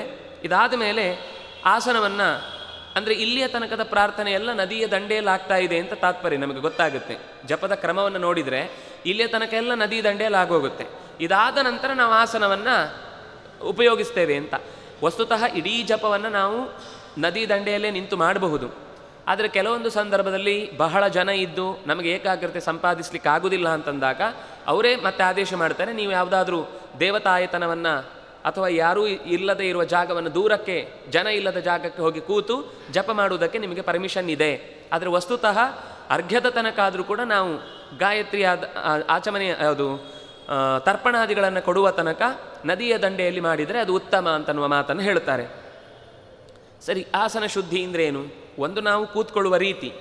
ಎರಡನೇದು, ನಾವು ಕೂತ್ಕೊಳ್ಳಿಕ್ಕೆ ಬಳಸಿದ ವಸ್ತು. ಅದು ಮಣೆ ಅಥವಾ ಅಜಿನ ಅಥವಾ ದರ್ಭೆಯ ಚಾಪೆ ಅಥವಾ ಕಂಬಲ ಅಂದರೆ ಕಂಬಳಿ ಅಥವಾ ರೇಷ್ಮೆಯ ಬಟ್ಟೆ, ಯಾವುದನ್ನು ನಾವು ಆಸನನಾಗಿ ಬಳಸ್ತೇವೋ. ಚೈಲ ಅಜಿನ ಕುಶೋತ್ತರಂ, ಮೇಲ್ಗಡೆ ಬಟ್ಟೆ, ಅದರ ಕೆಳಗಡೆ ಅಜಿನ, ಅದರ ಕೆಳಗಡೆ ದರ್ಭೆ, ಹೀಗೂ ಹೇಳ್ತಾರೆ. ಮೇಲ್ಗಡೆ ದರ್ಭೆ, ಮಧ್ಯದಲ್ಲಿ ಅಜಿನ, ಕೆಳಗಡೆ ಬಟ್ಟೆ, ಹೀಗೂ ಕ್ರಮ ಇದೆ. ಎರಡನ್ನೂ ಬಳಸ್ತಾರೆ. ಆದರೆ ಸಾಮಾನ್ಯವಾಗಿ ಕಾಲಿಗೆ ಒತ್ತದ ಹಾಗೆ ಮೆತ್ತನೆ ಇರುವ ಹಾಗೆ ವಸ್ತ್ರವನ್ನು ಮೇಲೆ ಹಾಕುವುದರಿಂದ ಒಂದು ಹಿತ ಇದೆ ಅಂತ ಅನಿಸುತ್ತೆ. ಇದರಲ್ಲಿ ಯಾವುದೂ ಇಲ್ಲ ಅಂದರೂ ಯಾವುದು ಒಂದೊಂದಿದ್ರೂ ನಡೆಯುತ್ತೆ. ಕನಿಷ್ಠ ಪಕ್ಷ ನಮಗೆ ಅಜಿನ ಸಿಗುವುದಿಲ್ಲ ಅಂತಂದಾಗ ಏನು ಮಾಡಬೇಕು? ಆಗ ಕಂಬಳಿಯ ದಾವಳಿಯನ್ನು, ಮೆತ್ತನೆಯ ದಾವಳಿಯನ್ನು ಬಳಸಿ ನಾವು ಆಸನಕ್ಕೆ ಉಪಯೋಗಿಸಿಕೊಳ್ಳಬಹುದು. ಕೃಷ್ಣ ಹೇಳುವ ಮಾತು, ಶುಚೌದೇಶೇ ಪ್ರತಿಷ್ಠಾಪ್ಯ ಸ್ಥಿರಂ ಆಸನಮಾತ್ಮನಃ ನಾತ್ಯುಚ್ಚಿರಿತಂ ನಾತಿ ನೀಚಂ ಚೈಲ ಅಜಿನ ಕುಶೋತ್ತರಂ. ಕೂತ್ಕೊಳ್ಳುವಾಗ ತುಂಬ ತಗ್ಗಿನ ಜಾಗದಲ್ಲೂ ಕೂಡಬಾರ್ದು, ತುಂಬ ಎತ್ತರ, ಬೇರೆ ಎಲ್ಲ ತಗ್ಗಲ್ಲಿರುತ್ತೆ, ಇದು ಮಾತ್ರ ಎತ್ತರದಲ್ಲಿರುವ ಹಾಗೂ ಹೆಚ್ಚು ಕೂಡಬಾರ್ದು. ಯಾಕೆಂದರೆ ಕಣ್ಣು ಬಿಟ್ಟಾಗ ನಮ್ಮ ಗಮನ ವಿಶಾಲವಾಗ್ತಾ ಹೋಗುತ್ತೆ, ಜಾಸ್ತಿ ಆಗ್ತಾ ಹೋಗುತ್ತೆ, ನಮಗೆ ಕಣ್ಣಿಗೆ ಕಮ್ಮಿ ಏನೂ ಕಾಣುವಂಥದ್ದು ಹೆಚ್ಚು ಇರಬಾರ್ದು. ಅಂತಹ ಜಾಗದಲ್ಲಿ, ಏಕಾಂತ ಮಾತುಗಳು ಕೇಳಿಸದ ಜಾಗದಲ್ಲಿ ಹೋಗಿ ಜಪಿಸುವುದು ಉತ್ತಮ ಅಂತ ಆಸನದ ಶುದ್ಧಿಯ ಬಗ್ಗೆ ಹೇಳ್ತಾರೆ. ದರ್ಭೆಯನ್ನು ಬಳಸುವುದು ಇದ್ದದ್ರಲ್ಲಿ ನಮಗೆ ಇವತ್ತು ಸಿಗುವುದರಲ್ಲಿ ಹೆಚ್ಚು ಉಪಯುಕ್ತ ಅಂತ ಹೇಳ್ಬೋದು. ಯಾವುದ್ಯಾವುದು ಬಳಸ್ಬೋದು ಆಸನವಾಗಿ ಅನ್ನೋದನ್ನು ಹೇಳ್ತಾರೆ. ಕೌಶೇಯಂ ಕಂಬಲಂಚೈವ ಅಜಿನಂ ಪಟ್ಟಮೇವಚ ದಾರುಜಂ ತಾಲಪತ್ರಂಚ ಆಸನಂ ಪರಿಕಲ್ಪಯೇತ್. ಆಸನ ಅಂತ ಬಳಸುವಾಗ ಕೌಶೇಯ ಅಂದರೆ ಪಟ್ಟೆ, ರೇಷ್ಮೆಯ ಬಟ್ಟೆ, ಕಂಬಲ, ಅಜಿನ, ಕೃಷ್ಣಾಜಿನ ಇತ್ಯಾದಿಗಳು, ದಾರುಜ ಮಣೆಯಿಂದಾಗ ಬರೀ ಮಣೆ ಬಳಸಬಾರದು ಅಂತಲೂ ಕೆಲವು ಮಾತು ಇದೆ. ಆದರೆ ಅದಕ್ಕೇನು ಮಾಡ್ತಾರೆ ಅಂದರೆ ಅದರ ಮೇಲೆ ಒಂದಿಷ್ಟು ರತ್ನ ಮುತ್ತು ಏನಾದರೂ ಒಂದನ್ನು ಅಥವಾ ಬೆಳ್ಳಿ, ಕೊನೆಗೆ ನಾವು ಅದರ ಬದಲಾಗಿ ಇನ್ನೇನು ಬೆಳ್ಳಿದು ಒಂದು ಹೂವನ್ನು ಹಾಕಿ ಅದನ್ನು ಬಡಿದು ಆಸನ ಅಂತ ಸಿದ್ಧ ಮಾಡಿಕೊಳ್ತೇವೆ. ತಾಳಪತ್ರ ಎಲೆ, ತಾಳಗರಿಯ ಎಲೆಗಳನ್ನು ಜೋಡಿಸಿ ಆಸನವನ್ನಾಗಿ ಮಾಡಿಕೊಳ್ಳೋದಿದೆ. ಇಷ್ಟನ್ನು ಆಸನವನ್ನಾಗಿ ಬಳಸಬಹುದು ಅಂತ. ಆದರೆ ಎಲ್ಲದಕ್ಕಿಂತ ಹೆಚ್ಚು ಫಲಪ್ರದ ಆಗುವುದು ಎರಡು, ಒಂದು ಕೃಷ್ಣಾಜಿನ, ಇನ್ನೊಂದು ದರ್ಭೆಯ ಆಸನ. ಕೃಷ್ಣಾಜಿನೇ ಜ್ಞಾನಸಿದ್ಧಿ, ಕೃಷ್ಣಾಜಿನದಲ್ಲಿ ಕೂತ್ಕೊಂಡ್ರೆ ಜ್ಞಾನಸಿದ್ಧಿ ಆಗುತ್ತೆ. ಕೃಷ್ಣಾಜಿನೇ ಬ್ರಹ್ಮವೃದ್ಧಿ ಆಯುಃ ಪ್ರಜ್ಞಾ ಯಶೋಬಲಂ. ಆಯುಷ್ಯ, ಪ್ರಜ್ಞೆ, ಯಶಸ್ಸು, ದೈಹಿಕವಾದ ಬಲ ಮತ್ತು ಬ್ರಹ್ಮವೃದ್ಧಿ ಅಂದರೆ ಜ್ಞಾನ, ಗಾಯತ್ರಿ ಉಪಾಸನೆಯ ಕಾಂತಿ ಅದು ನಮ್ಮ ದೇಹದಲ್ಲಿ ಪ್ರತಿಫಲಿಸತ್ತೆ. ದೇವಸ್ಥಾನ ಅಂದರೆ ಸಾಮಾನ್ಯ ದೇವರ ಚಿತ್ರಗಳನ್ನು ಮಾಡುವಾಗ ಹಿಂದಿನಿಂದ ಪ್ರಭೆ ಬರುತ್ತೆ, ಅದು ಹಿಂದಿನಿಂದ ಬರುವುದಲ್ಲೇ, ಮುಖದಲ್ಲೇ ಇರಬೇಕದು. ನಮಗೆ ಅದು ಎದುರುಗಡೆಯಿಂದ ತೋರಿಸ್ಲಿಕ್ಕೆ ಬರೋದಿಲ್ಲ ಅಂತ ಹಿಂದಿನಿಂದ ತೋರಿಸ್ತಾರೆ. ಆದರೆ ವಸ್ತುತಃ ಮುಖದ ಮೇಲೆ ಬೆಳಕು ಬೀಳದೆಯೇ ಮುಖದಲ್ಲೇ ಬೆಳಕು ಕಾಣುವಂಥದ್ದೇ ಬ್ರಹ್ಮವೃದ್ಧಿ. ಅದು ಗಾಯತ್ರಿಯ ಜಪವನ್ನು ನಾವು ಅಜಿನದ ಮೇಲೆ ಕುಳಿತು ಮಾಡಿದಾಗ ಬರುವಂತಹದ್ದು ಅಂತ ಹೇಳ್ತಾರೆ. ಅಲ್ಲ, ಅದು ಪ್ರಾಣಿಯ ಚರ್ಮ, ಅದು ಹೇಗೆ ಮಡಿಯಾಗುತ್ತೆ? ಹಿಂದಿನವರಿಗೆ ಮಡಿ ಮೈಲಿಗೆ ಎನ್ನುವ ಯೋಚನೆ ಇದ್ದದ್ದು ನಮಗೆ ಅದರಿಂದ ಏನು ಫಲ ಬರುತ್ತೆ ಅನ್ನೋದರ ಮೇಲೆ. ನಾವು ಕುಳಿತಾಗ ಹೆಚ್ಚು ಹೊತ್ತು ಯಾವುದರಲ್ಲಿ ಏಕಾಗ್ರತೆಯನ್ನು ಸಂಪಾದಿಸಲಿಕ್ಕೆ ಸಾಧ್ಯವೋ ಅದೆಲ್ಲ ಮಡಿ, ಯಾವುದರಲ್ಲಿ ಕೂತರೆ ನಮಗೆ ಏಕಾಗ್ರತೆ ಬರುವುದಿಲ್ಲವೋ ಅದೆಲ್ಲ ಮೈಲಿಗೆ. ನಮಗೆ ಉದ್ದೇಶ ಏನು? ಭಗವಂತನನ್ನು ಹತ್ತಿರದಿಂದ ಕಾಣಬೇಕು ಅನ್ನುವ ತವಕ ಬೇಕು. ಆ ತವಕಕ್ಕೆ ಯಾವುದೆಲ್ಲ ಪೂರಕವೋ ಅದೆಲ್ಲ ಮಡಿ. ಭಗವಂತನನ್ನು ನೆನಪಿಸಲಿಕ್ಕೆ ಕಾರಣವಾಯಿತು. ಆದ್ದರಿಂದಾಗಿ ಕೃಷ್ಣಾಜಿನ ಅನ್ನೋದು. ಇನ್ನೂ ಒಂದೇನು ಅಂತಂದರೆ ಅದನ್ನು ಮಾತ್ರ ಹೇಳಿದರು. ಹಾಗೆ ಅಂತ ಹೇಳಿ ಎಲ್ಲ ಪ್ರಾಣಿಗಳ ಚರ್ಮವನ್ನು ಹೇಳಲಿಲ್ಲ. ಮನುಷ್ಯ